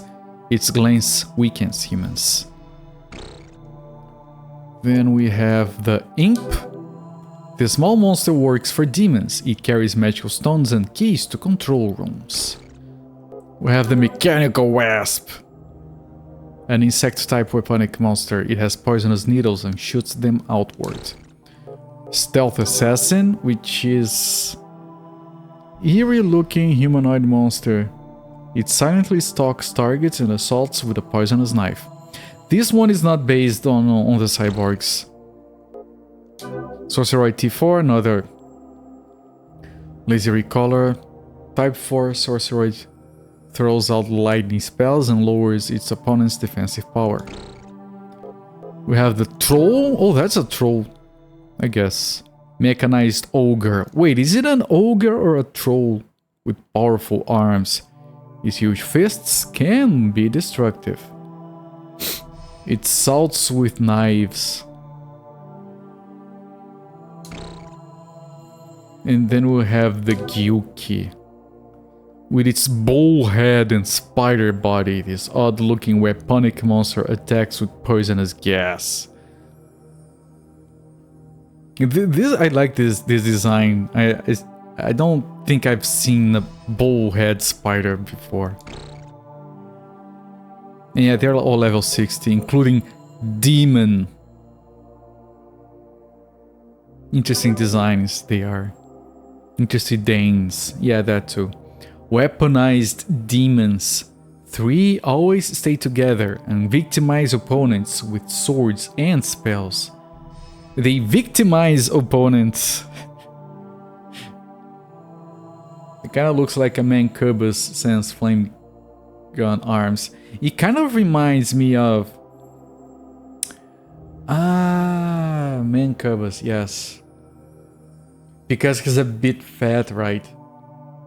First thing it reminded me was Dreadlords from World of Warcraft. It's a bit thick for those, but the wings and the sword kind of fit.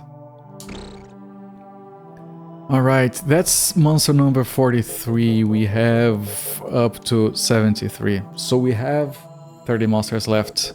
Or thereabouts, 29. No, 30. Okay, let me sell some stuff. Scorch a pack. It heals. So we keep. Cure, cure, cure, cure, cure. Action. Okay, these we don't care. Then we have the fortifies, the spells. One more elemental orb. Good. Let me put... I'm gonna finish the game before we get a class upgrade. And I'm not rushing. You guys can see I'm not rushing. That's kind of a shame.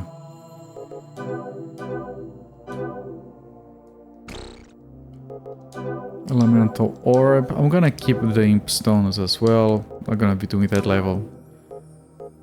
Again, I have to check if this sword is an upgrade. I know the gloves aren't. I'm gonna put the spells away as well. Not much of a reason to sell anything when we have so much money. Time for some grinding. Yeah, but like the drop rates for those items is so random. We need 5. Not gonna be getting maybe 1 class after everything. Battle edge compared to the chopping sword. It's stronger. Okay.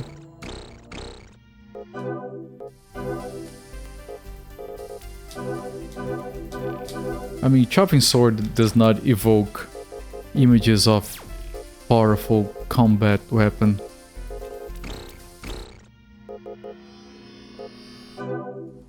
Okay, let me see the attachable units. We have a DSP for the guy, we have defense for one of the two backliners, we have agility for Sunfall, we have blow for Tiger Ting, and arm for Zofir. Let's attach arms to Zofir. Your defense is at 5. Your defense is at 5, so it's Sunfall because he has less health. So attach defense and DSP and agility. Sunfall is greedy. As for powering up too early, need to do another dive before powering up.